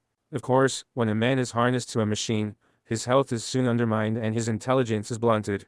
But when man has the possibility of varying occupations, and especially of alternating manual with intellectual work, he can remain occupied without fatigue, and even with pleasure, for 10 or 12 hours a day. Consequently, the man who will have done 4 or 5 hours of manual work necessary for his existence, will have before him 5 or 6 hours which he will seek to employ according to his tastes, and these 5 or 6 hours a day will fully enable him to procure for himself, if he associates with others, all he wishes for. In addition to the necessaries guaranteed to all, he will discharge first his task in the field, the factory, and so on, which he owes to society as his contribution to the general production, and he will employ the second half of his day, his week, or his year, to satisfy his artistic or scientific needs, or his hobbies, thousands of societies will spring up to gratify every taste and every possible fancy. Some, for example, will give their hours of leisure to literature.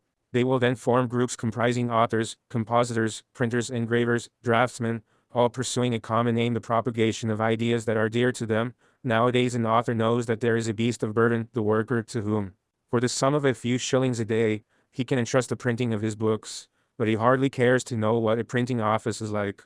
If the compositor suffers from lead poisoning, and if the child who sees to the machine dies of anorexia, are there not other poor wretches to replace them? But when there will be no more starvelings ready to sell their work for a pittance, when the exploited worker of today will be educated and will have his own ideas to put down in black and white and to communicate to others, then the authors and scientific men will be compelled to combine among themselves and with the printers, in order to bring out their prose and their poetry. So long as men consider fustian and manual labor as a mark of inferiority, it will appear amazing to them to see an author setting up his own book in type, for has he not a gymnasium or games by way of diversion? But when the opprobrium connected with manual labor has disappeared, when all will have to work with their hands, there being no one to do it for them, then the authors as well as their admirers will soon learn the art of handling, composing, 6 and type. They will know the pleasure of coming together, all admirers of the work to be printed, to set up the type, to shape it into pages, to take it in its virginal purity from the press. These beautiful machines, instruments of torture to the child who attends on them from morn till night, will be a source of enjoyment for those who will make use of them in order to give voice to the thoughts of their favorite author. Will literature lose by it? Will the poet be less a poet after having worked out of doors or helped with his hands to multiply his work? Will the novelist lose his knowledge of human nature after having rubbed shoulders with other men in the forest, or the factory, in the laying out of a road or on a railway line? Can there be two answers to these questions? Maybe some books will be less voluminous, but then, more will be said on fewer pages. Maybe fewer waste sheets will be published, but the matter printed will be more attentively read and more appreciated. The book will appeal to a larger circle of better educated readers, who will be more competent to judge. Moreover, the art of printing, that has so little progressed since Gutenberg, is still in its infancy. It takes 2 hours to compose and type what is written in 10 minutes.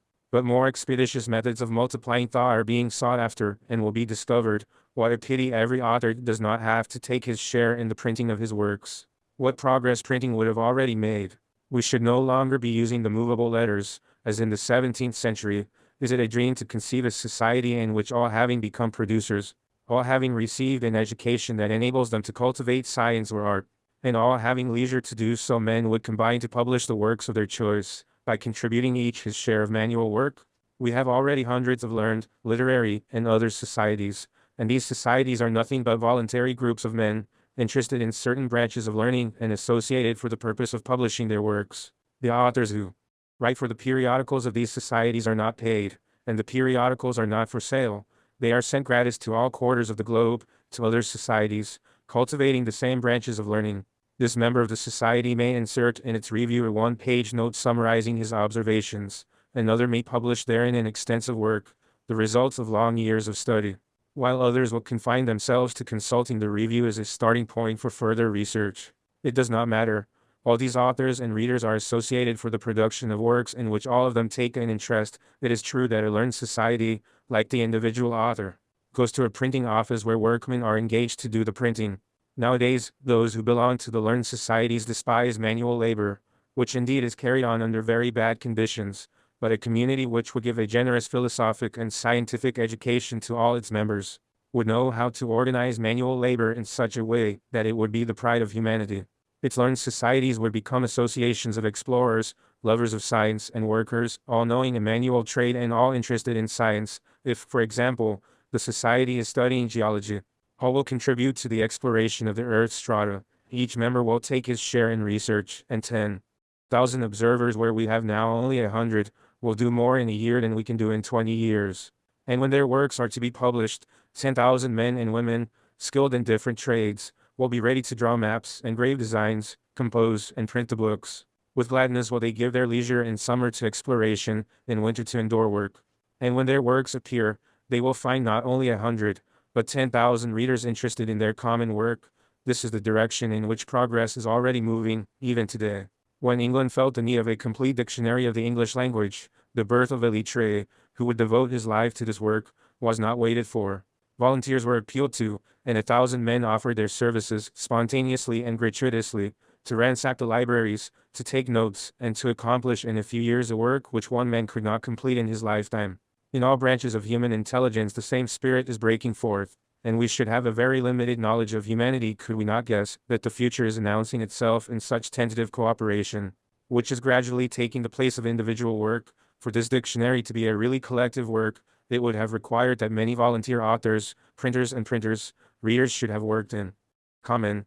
But something in this direction is done already in the socialist press, which offers us examples of manual and intellectual work combined. It happens in our newspapers that a socialist author composes and let his own article. True, such attempts are rare, but they indicate in which direction evolution is going. They show the road of liberty. In future, when a man will have something useful to say, a word that goes beyond the thoughts of his century, he will not have to look for an editor who might advance the necessary capital. He will look for collaborators among those who know the printing trade, and who approve the idea of his new work. Together they will publish the new book or journal. Literature and journalism will cease to be a means of money-making and living at the cost of others. But is there anyone who knows literature and journalism from within, and who does not ardently desire that literature should at last be able to free itself from those who formerly protected it, and who now exploit it, and from the multitude which with rare exceptions pays it in proportion to its mediocrity, or to the ease with which it adapts itself to the bad taste of the greater number? Letters and science will only take their proper place in the work of human development when, free from all mercenary bondage, they will be exclusively cultivated by those that love them, and for those that love them. Literature, science, and art must be cultivated by free men. Only on this condition will they succeed in emancipating themselves from the yoke of the state of capital, and of the bourgeois mediocrity which stifles them. What means has the scientist of today to make researches that interest him? Should he ask help of the state, which can only be given to one candidate in 100, and which none may obtain who does not ostensibly promise to keep to the beaten track? Let us remember how the Institute of France censured Darwin, how the Academy of St. Petersburg treated Mendeleev with contempt, and how the Royal Society of London refused to publish Joules's paper, in which he determined the mechanical equivalent of heat, finding it unscientific. It is why all great researches, all discoveries revolutionizing science, have been made outside academies and universities, either by men rich enough to remain independent, like Darwin and Lyell, or by men who undermined their health by working in poverty and often in great straits, losing no end of time for want of a laboratory, and unable to procure the instruments or books necessary to continue their researches, but persevering against hope and often dying before they had reached the end in view. Their name is legion. Altogether, the system of help granted by the state is so bad that science has always endeavored to emancipate itself from it. For this very reason, there are thousands of learned societies organized and maintained by volunteers in Europe and America, some having developed to such a degree that all the resources of subvention societies and the wealth of millionaires would not buy their treasures. No governmental institution is as rich as the Zoological Society of London, which is supported by voluntary contributions. It does not buy the animals which in thousands people its gardens. They are sent by other societies and by collectors of the entire world. The Zoological Society of Bombay will send an elephant as a gift, another time a hippopotamus or a rhinoceros is offered by Egyptian naturalists, and these magnificent presents are pouring in every day, arriving from all quarters of the globe: birds, reptiles, collections of insects, etc. These consignments often comprise animals that could not be bought for all the gold in the world. Thus, a traveler who has captured an animal at life's peril, and now loves it as he would love a child, will give it to the society because he is sure it will be cared for. The entrance fee paid by visitors, and they are numberless, suffices for the maintenance of that immense institution. What is defective in the Zoological Society of London, and in other kindred societies, is that the members' fee cannot be paid in work, that the keepers and numerous employees of this large institution are not recognized as members of the society, while many have no other incentive to joining the society than to put the cabalistic letters FZS, Fellow of the Zoological Society, on their cards. In a word, what is needed is a more perfect cooperation. We may say the same about inventors that we have said of scientists. Who does not know what sufferings nearly all great inventions that have come to light have cost? Sleepless nights, families deprived of bread, want of tools and materials for experiments, is the history of nearly all those who have enriched industry with inventions which are the truly legitimate pride of our civilization. But what are we to do to alter conditions that everybody is convinced are bad? Patents have been tried, and we know with what results. The inventor sells his patent for a few shillings, and the man who has only let the capital pocket the often enormous profits resulting from the invention. Besides, Patents isolate the inventor. They compel him to keep secret his researches, which therefore end in failure, whereas the simplest suggestion, coming from a brain less absorbed in the fundamental idea, sometimes suffices to fertilize the invention and make it practical. Like all state control, patents hamper the progress of industry. Thought being incapable of being patented, patents are a crying injustice in theory, and in practice they result in one of the great obstacles to the rapid development of invention. What is needed to promote the spirit of invention is, first of all, the awakening of thought, the boldness of conception, which our entire education causes to languish. It is the spreading of a scientific education, which would increase the number of inquirers 100-fold. It is faith that humanity is going to take a step forward because it is enthusiasm, the hope of doing good, that has inspired all the great inventors. The social revolution alone can give this impulse to thought, this boldness, this knowledge, this conviction of working for all. Then we shall have vast institutes supplied with motor power and tools of all sorts, immense industrial laboratories open to all inquirers, where men will be able to work out their dreams, after having acquitted themselves of their duty towards society, where they will spend their 5 or 6 hours of leisure, where they will make their experiments, where they will find other comrades, experts in other branches of industry, likewise coming to study some difficult problem, and therefore able to help and enlighten each other, the encounter of their ideas and experience causing the longed-for solution to be found. And yet again, this is no dream. Solenoy Gorodok in Petersburg has already partially realized it as regards technical matters. It is factory well furnished with tools and free to all. Tools and motor power are supplied gratis. Only metals and wood are charged for at cost price. Unfortunately, workmen only go there at night when worn out by 10 hours labor in the workshop. Moreover, they carefully hide their inventions from each other, as they are hampered by patents and capitalism, that bane of present society, that stumbling block in the path of intellectual and moral progress. And what about art? From all sides we hear lamentations about the decadence of art. We are indeed far behind the great masters of the Renaissance. The technicalities of art have recently made great progress. Thousands of people gifted with a certain amount of talent cultivate every branch, but art seems to fly from civilization. Technicalities make headway, but inspiration frequents artists' studios less than ever. Where indeed should it come from? Only a grand idea can inspire art. Art is in our ideal synonymous with creation. It must look ahead, but save a few very rare exceptions, the professional artist remains too philistine to perceive new horizons. Moreover, this inspiration cannot come from books. It must be drawn from life, and present society cannot arouse it. Raphael and Murillo painted at a time when the search of a new ideal could adapt itself to old religious traditions. They painted to decorate great churches which represented the pious work of several generations. The basilica, with its mysterious aspect, its grandeur, was connected with the life itself of the city and could inspire a painter. He worked for a popular monument. He spoke to his fellow citizens, and in return he received inspiration. He appealed to the multitude in the same way as did the nave, the pillars, the stained windows, the statues, and the carved doors. Nowadays the greatest honor a painter can aspire to is to see his canvas, framed in gilded wood, hung in a museum, a sort of old curiosity shop, where you see, as in the Prado, Murillo's Ascension next to a beggar of Velasquez and the dogs of Philip XI. Poor Velasquez and poor Murillo. Poor Greek statues which lived in the Acropolis of their cities, and are now stifled beneath the red claw hangings of the Louvre. When a Greek sculptor chiseled his marble he endeavored to express the spirit and heart of the city. All its passions, all its traditions of glory were to live again in the work. But today the united city has ceased to exist. There is no more communion of ideas. The town is a chance agglomeration of people who do not know one another, who have no common interest, save that of enriching themselves at the expense of one another. The fatherland does not exist. What fatherland can the international banker and the rag picker have in common? Only when cities, territories, nations, or groups of nations will have renewed their harmonious life, will art be able to draw its inspiration from ideals held in common. Then will the architect conceive the city's monument, which will no longer be a temple, a prison, or a fortress. Then will the painter, the sculptor, the carver, the ornament worker know where to put their canvases, their statues, and their decorations, deriving their power of execution from the same vital source, and gloriously marching all together towards the future. But till then art can only vegetate. The best canvases of modern artists are those that represent nature, villages, valleys, the sea with its dangers, the mountain with its splendors. But how can the painter express the poetry of work in the fields if he has only contemplated it, imagined it, if he has never delighted in it himself, if he only knows it as a bird of passage knows the country he soars over on his migrations?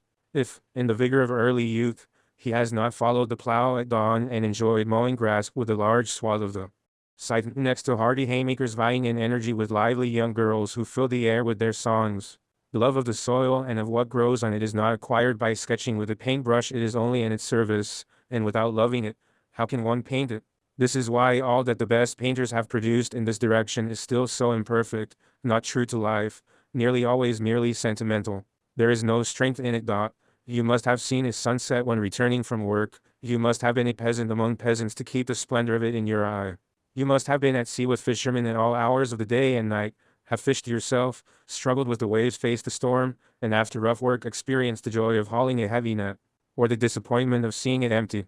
To understand the poetry of fishing, you must have spent time in a factory, known the fatigues and the joys of creative work, forged metals by the vivid light of a blast furnace, have felt the life in a machine. To understand the power of man and to express it in a work of art, you must in fact be permeated with popular feelings, to describe them. Besides, the works of future artists who will have lived the life of the people, like the great artists of the past, will not be destined for sale. They will be an integrant part of a living whole that would not be complete without them, any more than they would be complete without it. Men will go to the artist on city to gaze at his work, and the spirited and serene beauty of such creations will produce its beneficial effect on heart and mind. Art, in order to develop, must be bound up with industry, by 1,000 intermediate degrees blended, so to say. As Ruskin and the great socialist poet Morris have proved so often and so well, everything that surrounds man, in the street, in the interior and exterior of public monuments, must be of a pure artistic form, but this will only be capable of realization in a society in which all enjoy comfort and leisure. Then we shall see art associations, in which each can find room for his capacity. For art cannot dispense with an infinity of purely manual and technical supplementary works. These artistic associations will undertake to embellish the houses of their members, as those kind volunteers, the young painters of Edinburgh, did in decorating the walls and ceilings of the great hospital for the poor in their city. A painter or sculptor who has produced a work of personal feeling will offer it to the woman he loves, or to a friend, executed for love's sake. Will his work, inspired by love, be inferior to the art that too they satisfies the vanity of the Philistine because it has cost much money? The same will be done as regards all pleasure not comprised in the necessaries of life. He who wishes for a grand piano will enter the association of musical instrument makers, and by giving the association part of his half-day's leisure, he will soon possess the piano of his dreams. If he is passionately fond of astronomical studies, he will join the association of astronomers, with its philosophers, its observers, its calculators, with its artists and astronomical instruments, its scientists and amateurs. And he will have the telescope he desires by taking his share of the associated work, for it is especially the rough work that is needed in an astronomical observatory. Bricklayers, carpenters, founders, mechanics' work, the last touch being given to the instrument of precision by the artist. In short, the 5 or 7 hours a day which each will have at his disposal, after having consecrated several hours to the production of necessities, will amply suffice to satisfy all longings for luxury, however varied. Thousands of associations would undertake to supply them. What is now the privilege of an insignificant minority would be accessible to all. Luxury, ceasing to be a foolish and ostentatious display of the bourgeois class, would become an artistic pleasure. Every one would be the happier for it. In collective work, performed with a light heart to attain a desired end, a book, a work of art, or an object of luxury, each will find an incentive, and the necessary relaxation that makes life pleasant. In working to put an end to the division between master and slave, we work for the happiness of both, for the happiness of humanity. Chapter 10. Agreeable work. When socialists declare that a society emancipated from capital would make work agreeable, and would suppress all repugnant and unhealthy drudgery, they get laughed at. And yet even today we can see the striking progress made in this direction, and wherever this progress has been achieved, employers congratulate themselves on the economy of energy obtained thereby. It is evident that a factory could be made as healthy and pleasant as a scientific laboratory, and it is no less evident that it would be advantageous to make it so. In a spacious and well-ventilated factory, work is better. It is easy to introduce small ameliorations, of which each represents an economy of time or of manual labor, and if most of the workshops we know are foul and unhealthy, it is because the workers are of no account in the organization of factories, and because the most absurd waste of human energy is its distinctive feature. Nevertheless, now and again, we already find some factories so well managed that it would be a real pleasure to work in them, if the work, be it well understood, were not to last more than 4 or 5 hours a day, and if every one had the possibility of varying it according to his tastes. Look at this factory, unfortunately consecrated to engines of war. It is perfect as far as regards sanitary and intelligent organization. It occupies 50 English acres of land, 15 of which are roofed with glass. The pavement of fireproof bricks is as clean as that of a miner's cottage, and the glass roof is carefully cleaned by a gang of workmen who do nothing else. In this factory are forged steel ingots or blooms weighing as much as 20 tons, and when you stand 30 feet from the immense furnace, whose flames have a temperature of more than 1,000 degrees, you do not guess its presence save when its great jaws open to let out a steel monster. And the monster is handled by only 3 or 4 workmen, who now here, now there, open a tap, causing immense cranes to move by pressure of water in the pipes. You enter expecting to hear the deafening noise of stampers, and you find that there are no stampers. The immense 100-ton guns and the crankshafts of transatlantic steamers are forged by hydraulic pressure, and instead of forging steel, the worker has but to turn a tap to give it shape, which makes it far more homogeneous metal, without crack or flaw of the blooms, whatever be their thickness. We expect an infernal grating, and we find machines which cut blocks of steel 30 feet long with no more noise than is needed to cut cheese. And when we expressed our admiration to the engineer who showed us round, he answered it is a mere question of economy. This machine, that plain steel, has been in use for 42 years. It would not have lasted 10 years if its component parts, badly adjusted, lacking in cohesive strength, interfered and creaked at each movement of the plane. 11. And the blast furnaces. It would be a waste to let heat escape instead of utilizing it. Why roast the founders, when heat lost by radiation represents tons of coal? The stampers that made buildings shake 5 leagues off were also waste. It is better to forge by pressure than by impact, and it costs less. There is less loss in a factory.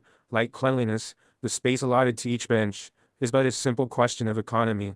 Work is better done when you can see and you have elbow room. It is true, he said. We were very cramped before coming here. Land is so expensive in the vicinity of large towns. Landlords are so grasping. It is even so in mines. We know what mines are like nowadays from Zola's descriptions and from newspaper reports. But the mine of the future will be well ventilated, with a temperature as easily regulated as that of a library. There will be no horses doomed to die below the earth. Underground traction will be carried on by means of an automatic cable put in motion at the pit's mouth. Ventilators will be always working, and there will never be explosions. This is no dream. Such a mine is already to be seen in England. We went down it. Here again, this organization is simply a question of economy. The mine of which we speak, in spite of its immense depth, 466 yards, has an output of 1,000 tons of coal a day, with only 200 miners, 5 tons a day per each worker. Whereas the average for the 2,000 pits in England is hardly 300 tons a year per man. If necessary, we could multiply examples proving that Fourier's dream regarding material organization was not a utopia. This question has, however, been so frequently discussed in socialist newspapers that public opinion might have been educated. Factory, forge, and mine can be as healthy and magnificent as the finest laboratories in modern universities, and the better the organization, the more will man's labor produce, if it be so. Can we doubt that work will become a pleasure and a relaxation in a society of equals, in which hands will not be compelled to sell themselves to toil, and to accept work under any conditions? Repugnant tasks will disappear, because it is evident that these unhealthy conditions are harmful to society as a whole. Slaves can submit to them, but free men will create new conditions, and their work will be pleasant and infinitely more productive. The exceptions of today will be the rule of tomorrow. The same will come to pass as regards domestic work, which today's society lays on the shoulders of that drudge of humanity. Woman, a society regenerated by the revolution, will make domestic slavery disappear. This last form of slavery, perhaps the most tenacious, because it is also the most ancient. Only it will not come about in the way dreamt of by phalansterians, nor in the manner often imagined by authoritarian communists. Phalansteries are repugnant to millions of human beings. The most reserved man certainly feels the necessity of meeting his fellows for the purpose of common work, which becomes the more attractive the more he feels himself a part of an immense whole. But it is not so for the hours of leisure, reserved for rest and intimacy. The phalanstery and the familistery do not take this into account, or else they endeavor to supply this need by artificial groupings. A phalanstery, which is in fact nothing but an immense hotel, can please some, and even all at a certain period of their life, but the great mass prefers family life of the future, be it understood. They prefer isolated apartments, Normans and Anglo-Saxons even going as far as to prefer houses of from 6 to 8 rooms, in which the family, or an agglomeration of friends, can live apart. Sometimes a phalanstery is a necessity, but it would be hateful, were it the general rule. Isolation, alternating with time spent in society, is the normal desire of human nature. This is why one of the greatest tortures in prison is the impossibility of isolation. Much of solitary confinement becomes torture in its turn, when not alternated with hours of social life. As to considerations of economy, which are sometimes laid stress on in favor of philanthropies, they are those of a petty tradesman. The most important economy, the only reasonable one, is to make life pleasant for all, because the man who is satisfied with his life produces infinitely more than the man who curses his surroundings. Other socialists reject the philanthropy. But when you ask them how domestic work can be organized, they answer, each can do his own work. My wife manages the house, the wives of bourgeois will do as much. And if it is a bourgeois playing at socialism who speaks, he will add, with a gracious smile to his wife, is it not true, darling, that you would do without a servant in a socialist society? You would work like the wife of our good comrade Paul, or the wife of John the carpenter. 11. Servant or wife, man always reckons on woman to do the housework. But woman too at last claims her share emancipation of humanity. She no longer wants to be the beast of burden of the house. She considers it insufficient work to give many years of her life to the rearing of her children. She no longer wants to be the cook, the mender, the sweeper of the house. And, owing to American women taking the lead in obtaining their claims, there is a general complaint of the dearth of women who will condescend to domestic work in the United States. My lady prefers art, politics, literature, or the gaming tables. As to the work girls, they are few, those who consent to submit to apron slavery, and servants are only found with difficulty in the States. Consequently, the solution, a very simple one, is pointed out by life itself. Machinery undertakes 3/4 of the household cares. You black your boots, and you know how ridiculous this work is. What can be more stupid than rubbing a boot 20 or 30 times with a brush? A tenth of the European population must be compelled to sell itself in exchange for a miserable shelter and insufficient food, and woman must consider herself a slave, in order that millions of her sex should go through this performance every morning. But hairdressers have already machines for brushing glossy or woolly heads of hair. Why should we not apply, then, the same principle to the other extremity? So it has been done, and nowadays the machine for blacking boots is in general use in big American and European hotels. Its use is spreading outside hotels and large English schools, where the pupils are boarding in the houses of the teachers. It has been found easier to have one single establishment which undertakes to brush 1,000 pairs of boots every morning as to washing up. Where can we find a housewife who has not a horror of this long and dirty work, that is usually done by hand, solely because the work of the domestic slave is of no account? In America they do better. There are already a number of cities in which hot water is conveyed to the houses as cold water is in Europe. Under these conditions the problem was a simple one, and a woman, Mrs. Cochran, solved it. Her machine washes 12 dozen plates or dishes, wipes them and dries them, in less than 3 minutes. The factory in Illinois manufactures these machines and sells them at a price within reach of the average middle-class purse. And why should not small households send their crockery to an establishment as well as their boots? It is even probable that the two functions, brushing and washing up, will be undertaken by the same association: cleaning, rubbing the skin off your hands when washing and wringing linen, sweeping floors and brushing carpets, thereby raising clouds of dust which afterwards occasion much trouble to dislodge from the places where they have settled down. All this work is still done because woman remains a slave, but it tends to disappear as it can be infinitely better done by machinery. Machines of all kinds will be introduced into households, and the distribution of motor power in private houses will enable people to work them without muscular effort. Such machines cost little to manufacture. If we still pay very much for them, it is because they are not in general use, and chiefly because an exorbitant tax is levied upon every machine by the gentlemen who wish to live in grand style and who have speculated on land raw material, manufacture, sale, patents, and duties. But emancipation from domestic toil will not be brought about by small machines only. Households are emerging from their present state of isolation.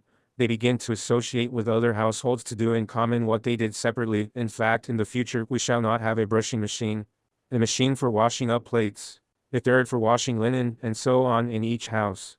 To the future, on the contrary, belongs the common heating apparatus that sends heat into each room of a whole district and spares the lighting of fires. It is already so in a few American cities. The great central furnace supplies all houses and all rooms with hot water, which circulates in pipes, and to regulate the temperature you need only turn a tap. And should you care to have a blazing fire in any particular room, you can light the gas specially supplied for heating purposes from a central reservoir. All the immense work of cleaning chimneys and keeping up fires, and woman knows what time it takes, is disappearing. Candles, lamps, and even gas have had their day. There are entire cities in which it is sufficient to press a button for light to burst forth, and indeed, It is a simple question of economy and of knowledge to give yourself the luxury of electric light. And lastly, also in America, they speak of forming societies for the almost complete suppression of household work. It would only be necessary to create a department for every block of houses. The cart would come to each door and take the boots to be blacked, the crockery to be washed up, the linen to be washed, the small things to be mended, if it were worthwhile, the carpets to be brushed, and the next morning would bring back the things entrusted to it all well cleaned. A few hours later your hot coffee and your eggs done to a nicety would appear on your table. It is a fact that between 12 and 2 o'clock there are more than 20 million Americans and as many Englishmen who eat roast beef or mutton, boiled pork, potatoes, and a seasonable vegetable. And at the lowest figure 8 million fires burn during 2 or 3 hours to roast this meat and cook these vegetables. 8 million women spend their time to prepare this meal, that perhaps consists at most of 10 different dishes. 50 fires burn, wrote an American woman the other day, where one would suffice. 11 dine at home, at your own table, with your children if you like. But only think yourself, why should these 50 women waste their whole morning to prepare a few cups of coffee and a simple meal? Why 50 fires, when 2 people and 1 single fire would suffice to cook all these pieces of meat and all these vegetables? Choose your own beef or mutton to be roasted if you are particular. Season the vegetables to your taste if you prefer a particular sauce.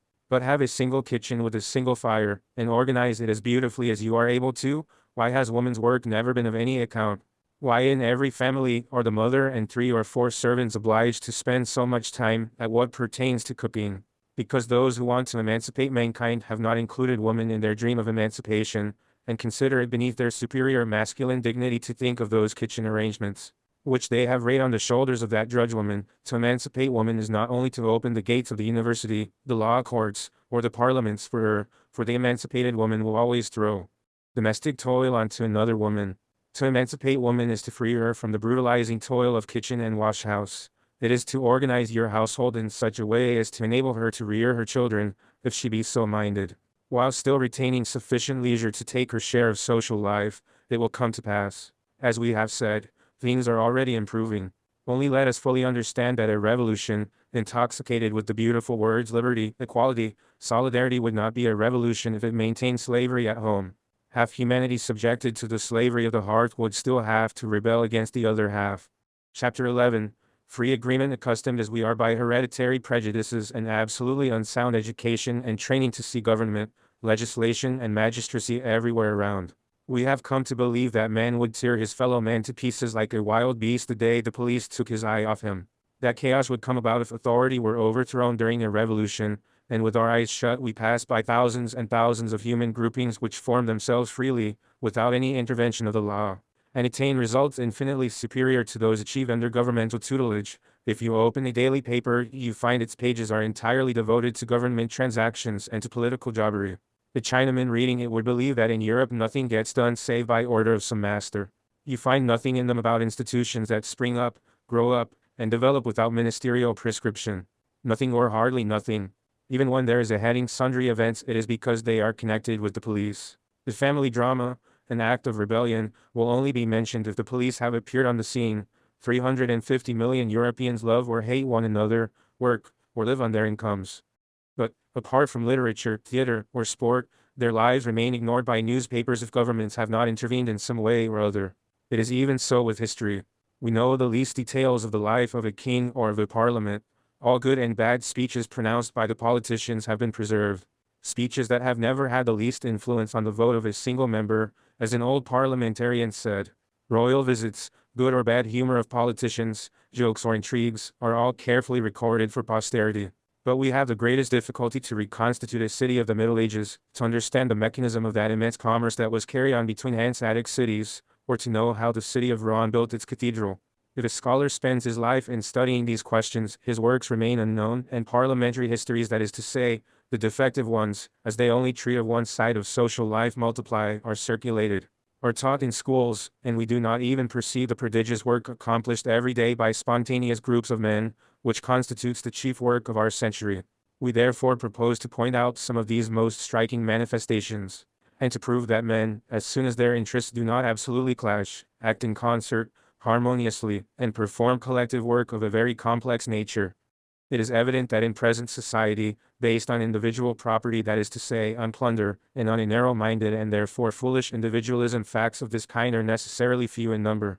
Agreements are not always perfectly free, and often have a mean, if not execrable aim, but what concerns us is not to give examples which we could blindly follow, and which, moreover, present society could not possibly give us.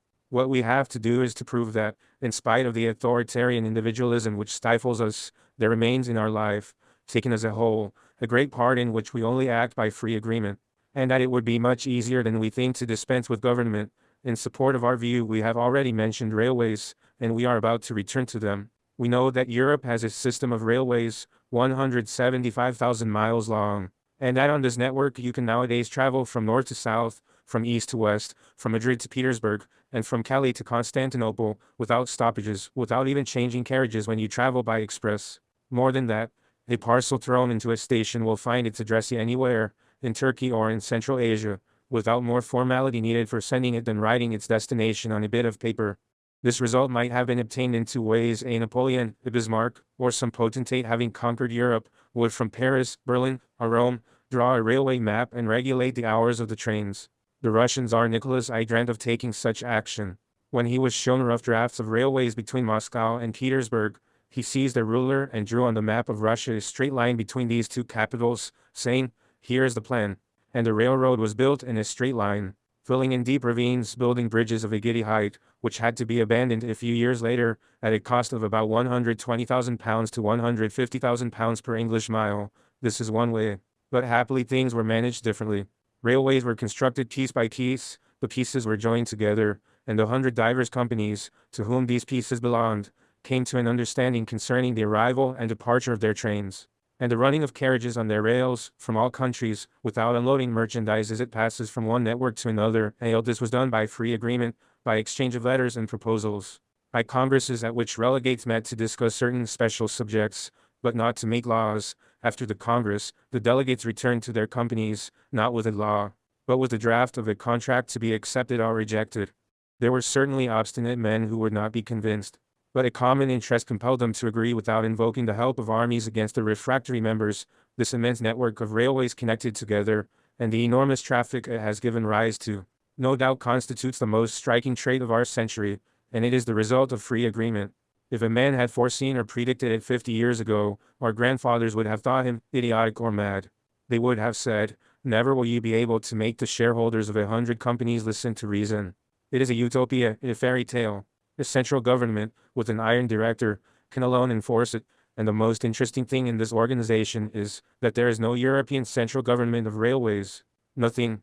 No minister of railways, no dictator, not even a continental parliament, not even a directing committee. Everything is done by contract. So we ask the believers in the state, who pretend that we can never do without a central government, were it only for regulating the traffic, we ask them, but how do European railways manage without them? How do they continue to convey millions of travelers and mountains of luggage across a continent? If companies owning railways have been able to agree, why should railway workers, who would take possession of railways, not agree likewise? And if the Petersburg-Warsaw Company and that of Paris-Belfort can act in harmony, without giving themselves the luxury of a common commander, why, in the midst of our societies, consisting of groups of free workers, should we need a government? 11. When we endeavor to prove by examples that even today, in spite of the iniquitous organization of society as a whole, men, provided their instincts be not diametrically opposed, agree without the intervention of authority, we do not ignore the objections that will be put forth. These examples have their defective side, because it is impossible to quote a single organization exempt from the exploitation of the weak by the strong, the poor by the rich. That is why statists will not fail to tell us with their wonted logic, "You see that the intervention of the state necessary to put an end to this exploitation." 11. Only they forget the lessons of history. They do not tell us to what extent the state itself has contributed towards the existing order by creating proletarians and delivering them up to exploiters. They also forget to tell us if it is possible to put an end to exploitation while the primal cause is private capital and poverty, 2/3 of which are artificially created by the state, continue to exist. As regards the complete harmony among railway companies, we expect them to say, "Do you not see railway companies oppress and ill-use their employers and their travelers? The state must intervene to protect the public." 11. But have we not often repeated that as long as there are capitalists, this abuse of power will be perpetuated? It is precisely the state, the would-be benefactor, that has given to the companies that monopoly which they possess today? Has it not created concessions, guarantees? Has it not sent its soldiers against railwaymen on strike? And during the first trials, we see it in Russia. Has it not extended the privilege to forbidding the press mentioning railway accidents, so as not to depreciate the shares it guaranteed?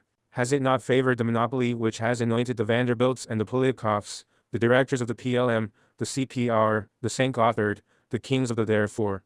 If we give as an example the tacit agreement come to between railway companies, it is by no means as an ideal of economical management, nor even an ideal of technical organization. It is to show that if capitalists, without any other aim than that of augmenting their dividends at other people's expense, can exploit railways successfully without establishing an international department, societies of working men will be able to do it just as well, and even better, without nominating a Ministry of European Railways. Another objection is raised that is more serious at first sight. We may be told that the agreement we speak of is not perfectly free, that the large companies lay down the law to the small ones. They might, for example, quote a certain rich company compelling travelers who go from Berlin to Bale to pass via Cologne and Frankfurt, instead of taking the Leipzig route, a second, carrying goods 60 or 130 miles in a roundabout way, on long distances, to favor influential shareholders, a third, ruining secondary lines. In the United States, travelers and goods are sometimes compelled to travel impossibly circuitous routes so that dollars may flow into the pocket of a Vanderbilt. Our answer will be the same. As long as capital exists, the greater capital will oppress the lesser. But oppression does not result from capital only. It is also owing to the support given them by the state, to monopoly created by the state in their favor, that certain large companies oppress the little ones. The early socialists have shown how English legislation did all in its powers to ruin small industries, drive the peasant to poverty, and deliver over to wealthy industrial employers battalions of men, compelled to work for no matter what salary. Railway legislation did exactly the same. Strategic lines, subsidized lines, companies which received the international mail monopoly, everything was brought into play to forward wealthy financiers' interests. One Rothschild, creditor to all European states, puts capital in a railway, his faithful subjects, the ministers, will do their best to make him earn more. In the United States, in the democracy that authoritarians hold up to us as an ideal, the most scandalous fraudulency has crept into everything that concerns railroads. Thus, if a company ruins its competitors by cheap fares, it is often enabled to do so because it is reimbursed by land given to it by the state for a gratuity. Documents recently published concerning the American wheat trade have fully shown up the part played by the state in the exploitation of the weak by the strong. Here, too, the power of accumulated capital has grown tenfold and 100-fold by state help, so that when we see syndicates of railway companies, the product of free agreements, succeeding in protecting their small companies against big ones, we are astonished at the intrinsic force of free agreement that can hold its own against all powerful capital favored by the state. It is a fact that little companies exist, in spite of the state's partiality. If in France, land of centralization, we only see 5 or 6 large companies, there are more than 110 in Great Britain, who agree remarkably well, and who are certainly better organized for the rapid transit of travelers and goods than the French and German companies. Moreover, that is not the question. Large capital, favored by the state, can always, if it be to its advantage, crush the lesser one. What is of importance to us is this: the agreement between hundreds of companies to whom the railways of Europe belong, was established without intervention of a central government laying down the law to the diverse societies. It has subsisted by means of congresses composed of delegates, who discuss among themselves and submit proposals, not laws, to their constituents. It is a new principle that differs completely from all governmental principle, monarchical or republican, absolute or parliamentarian. It is an innovation that has been timidly introduced into the customs of Europe, but has come to stay. How often have we not read in the writings of state-loving socialists, who then will undertake the regulation of canal traffic in future society? Should it enter the mind of one of your anarchist comrades to put his barge across a canal and obstruct thousands of boats, who will force him to yield to reason? 11. Let us confess the supposition to be somewhat fanciful, yet it might be said. For instance, should a certain commune or a group of communes want to make their barges pass before others, they might perhaps block the canal in order to carry stones, while we, needed in another commune, would have to stand by. Who then would regulate the barge traffic if not the government? 11. But real life has again demonstrated that government can be very well dispensed with here as elsewhere. Free agreement, free organization, replace that noxious and costly system, and do better. We know what canals mean to Holland. They are its highways. We also know how much traffic there is on the canals. What is carried along our high roads and railroads is transported on canal boats in Holland. There you could find cause to fight, to make your boats pass before others. There the government might really interfere to keep the traffic in order, yet it is not so. The Dutch settled matters in a more practical way, long ago, by founding a kind of guilds or syndicates of boatmen. These were free associations sprung from the very needs of navigation. The right-of-way for the boats was adjusted by a certain registered order. They followed one another in turn. None were allowed to get ahead of the others under pain of being excluded from the guild. None could station more than a certain number of days along the quay, and if the owner found no goods to carry during that time, so much the worse for him. He had to depart with his empty barge to leave room for newcomers. Obstruction was thus avoided, even though the competition between the private owners of the boats continued to exist. Were the latter suppressed, the agreement would have been only the more cordial. It is unnecessary to add that the shipowners could adhere or not to the syndicate. That was their business, but most of them elected to join it. Moreover, these syndicates offered such great advantages that they spread also along the Rhine, the Weser, the Oder, and as far as Berlin. The boatmen did not wait for a great Bismarck to annex Holland to Germany, and to appoint an Oberhaupt General Staatskanal Navigationsrat Supreme Head Counselor of the General States Canal Navigation, with a number of stripes corresponding to the length of the title. They preferred coming to an international understanding. Besides, a number of ship owners, whose sailing vessels ply between Germany and Scandinavia, as well as Russia, have also joined these syndicates, in order to regulate traffic in the Baltic and to bring about a certain harmony in the chasse crees of vessels. These associations have sprung up freely, recruiting volunteer adherents, and have not in common with governments. It is, however, more than probable that here too greater capital oppresses lesser. Maybe the syndicate has also a tendency to become a monopoly, especially where it receives the precious patronage of the state that will not fail to interfere with it. Let us not forget either that these syndicates represent associations whose members have only private interests at stake, and that if at the same time each shipowner were compelled by the socializing of production, consumption, and exchange to belong to 100 other associations for the satisfying of his needs, things would have a different aspect. A group of shipowners, powerful on sea, would feel weak on land, and they would be obliged to lessen their claims in order to come to terms with railways, factories, and other groups, at any rate without discussing the future. Here is another spontaneous association that has dispensed with government. Let us quote more examples as we are talking of ships and boats. Let us mention one of the most splendid organizations that our century has brought forth, one of those we may with right be proud of. The English Lifeboat Association. It is known that every year more than 1,000 ships are wrecked on the shores of England. At sea a good ship seldom fears a storm. It is near the coast that danger threatens, rough seas that shatter her stem post, squalls that carry off her mast and sails, currents that render her unmanageable, reefs and sandbanks on which she runs aground.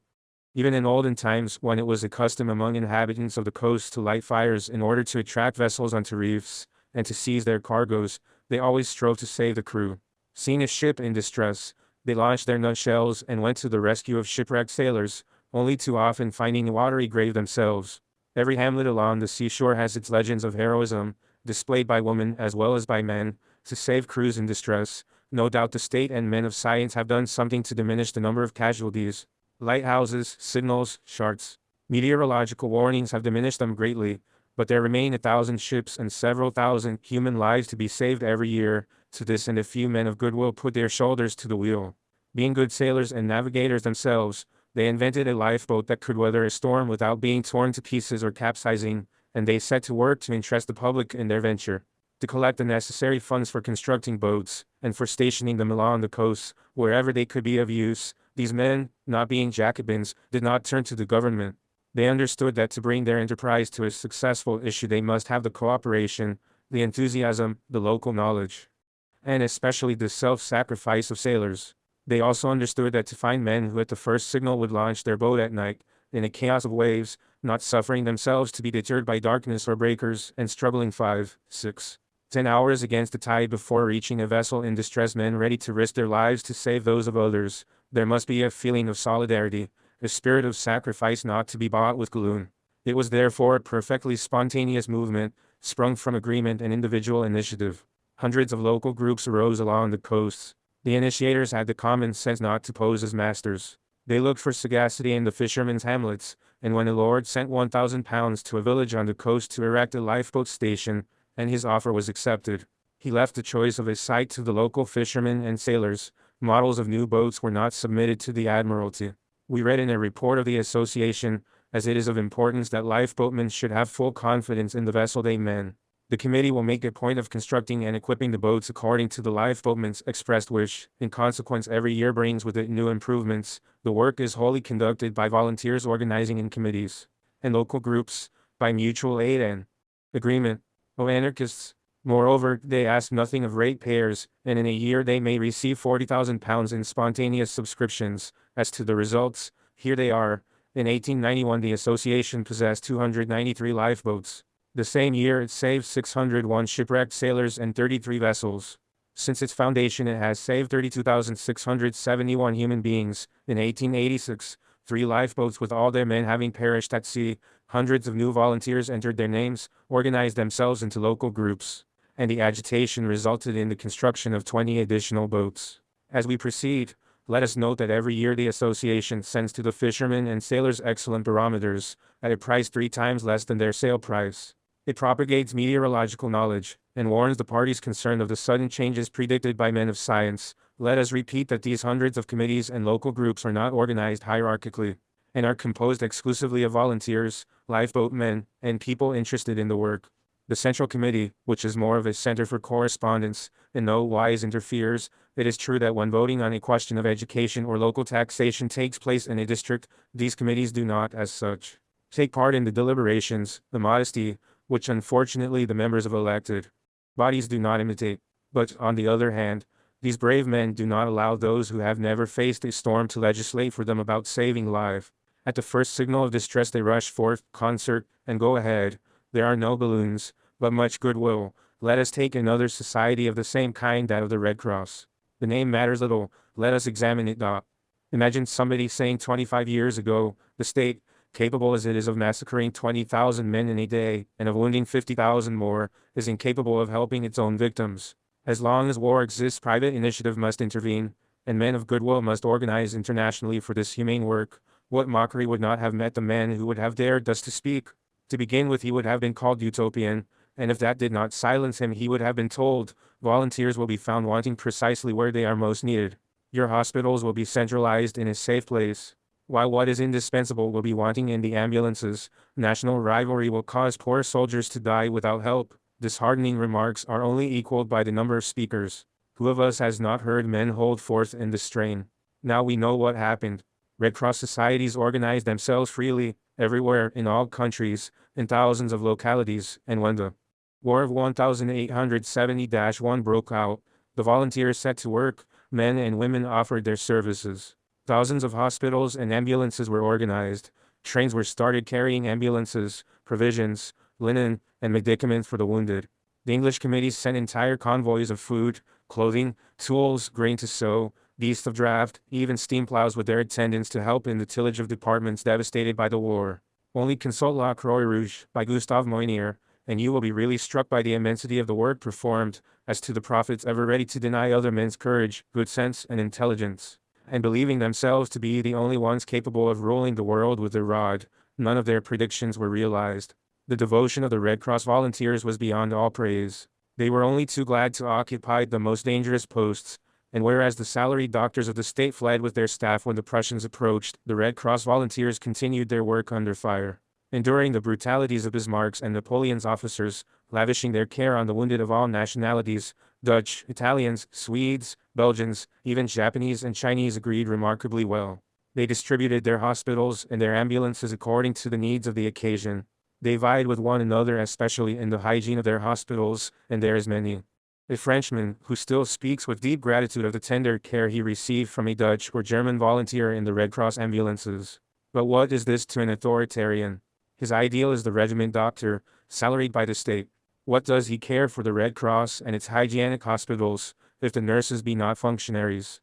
Here is then an organization, sprung up but yesterday, and which reckons its members by hundreds of thousands, possesses ambulances, hospital trains, elaborates new processes for treating wounds, and so on, and is due to the spontaneous initiative of a few devoted men. Perhaps we shall be told that the state has something to do with this organization. Yes, states have laid hands on it to seize it. The directing committees are presided over by those whom flunkies call princes of the blood.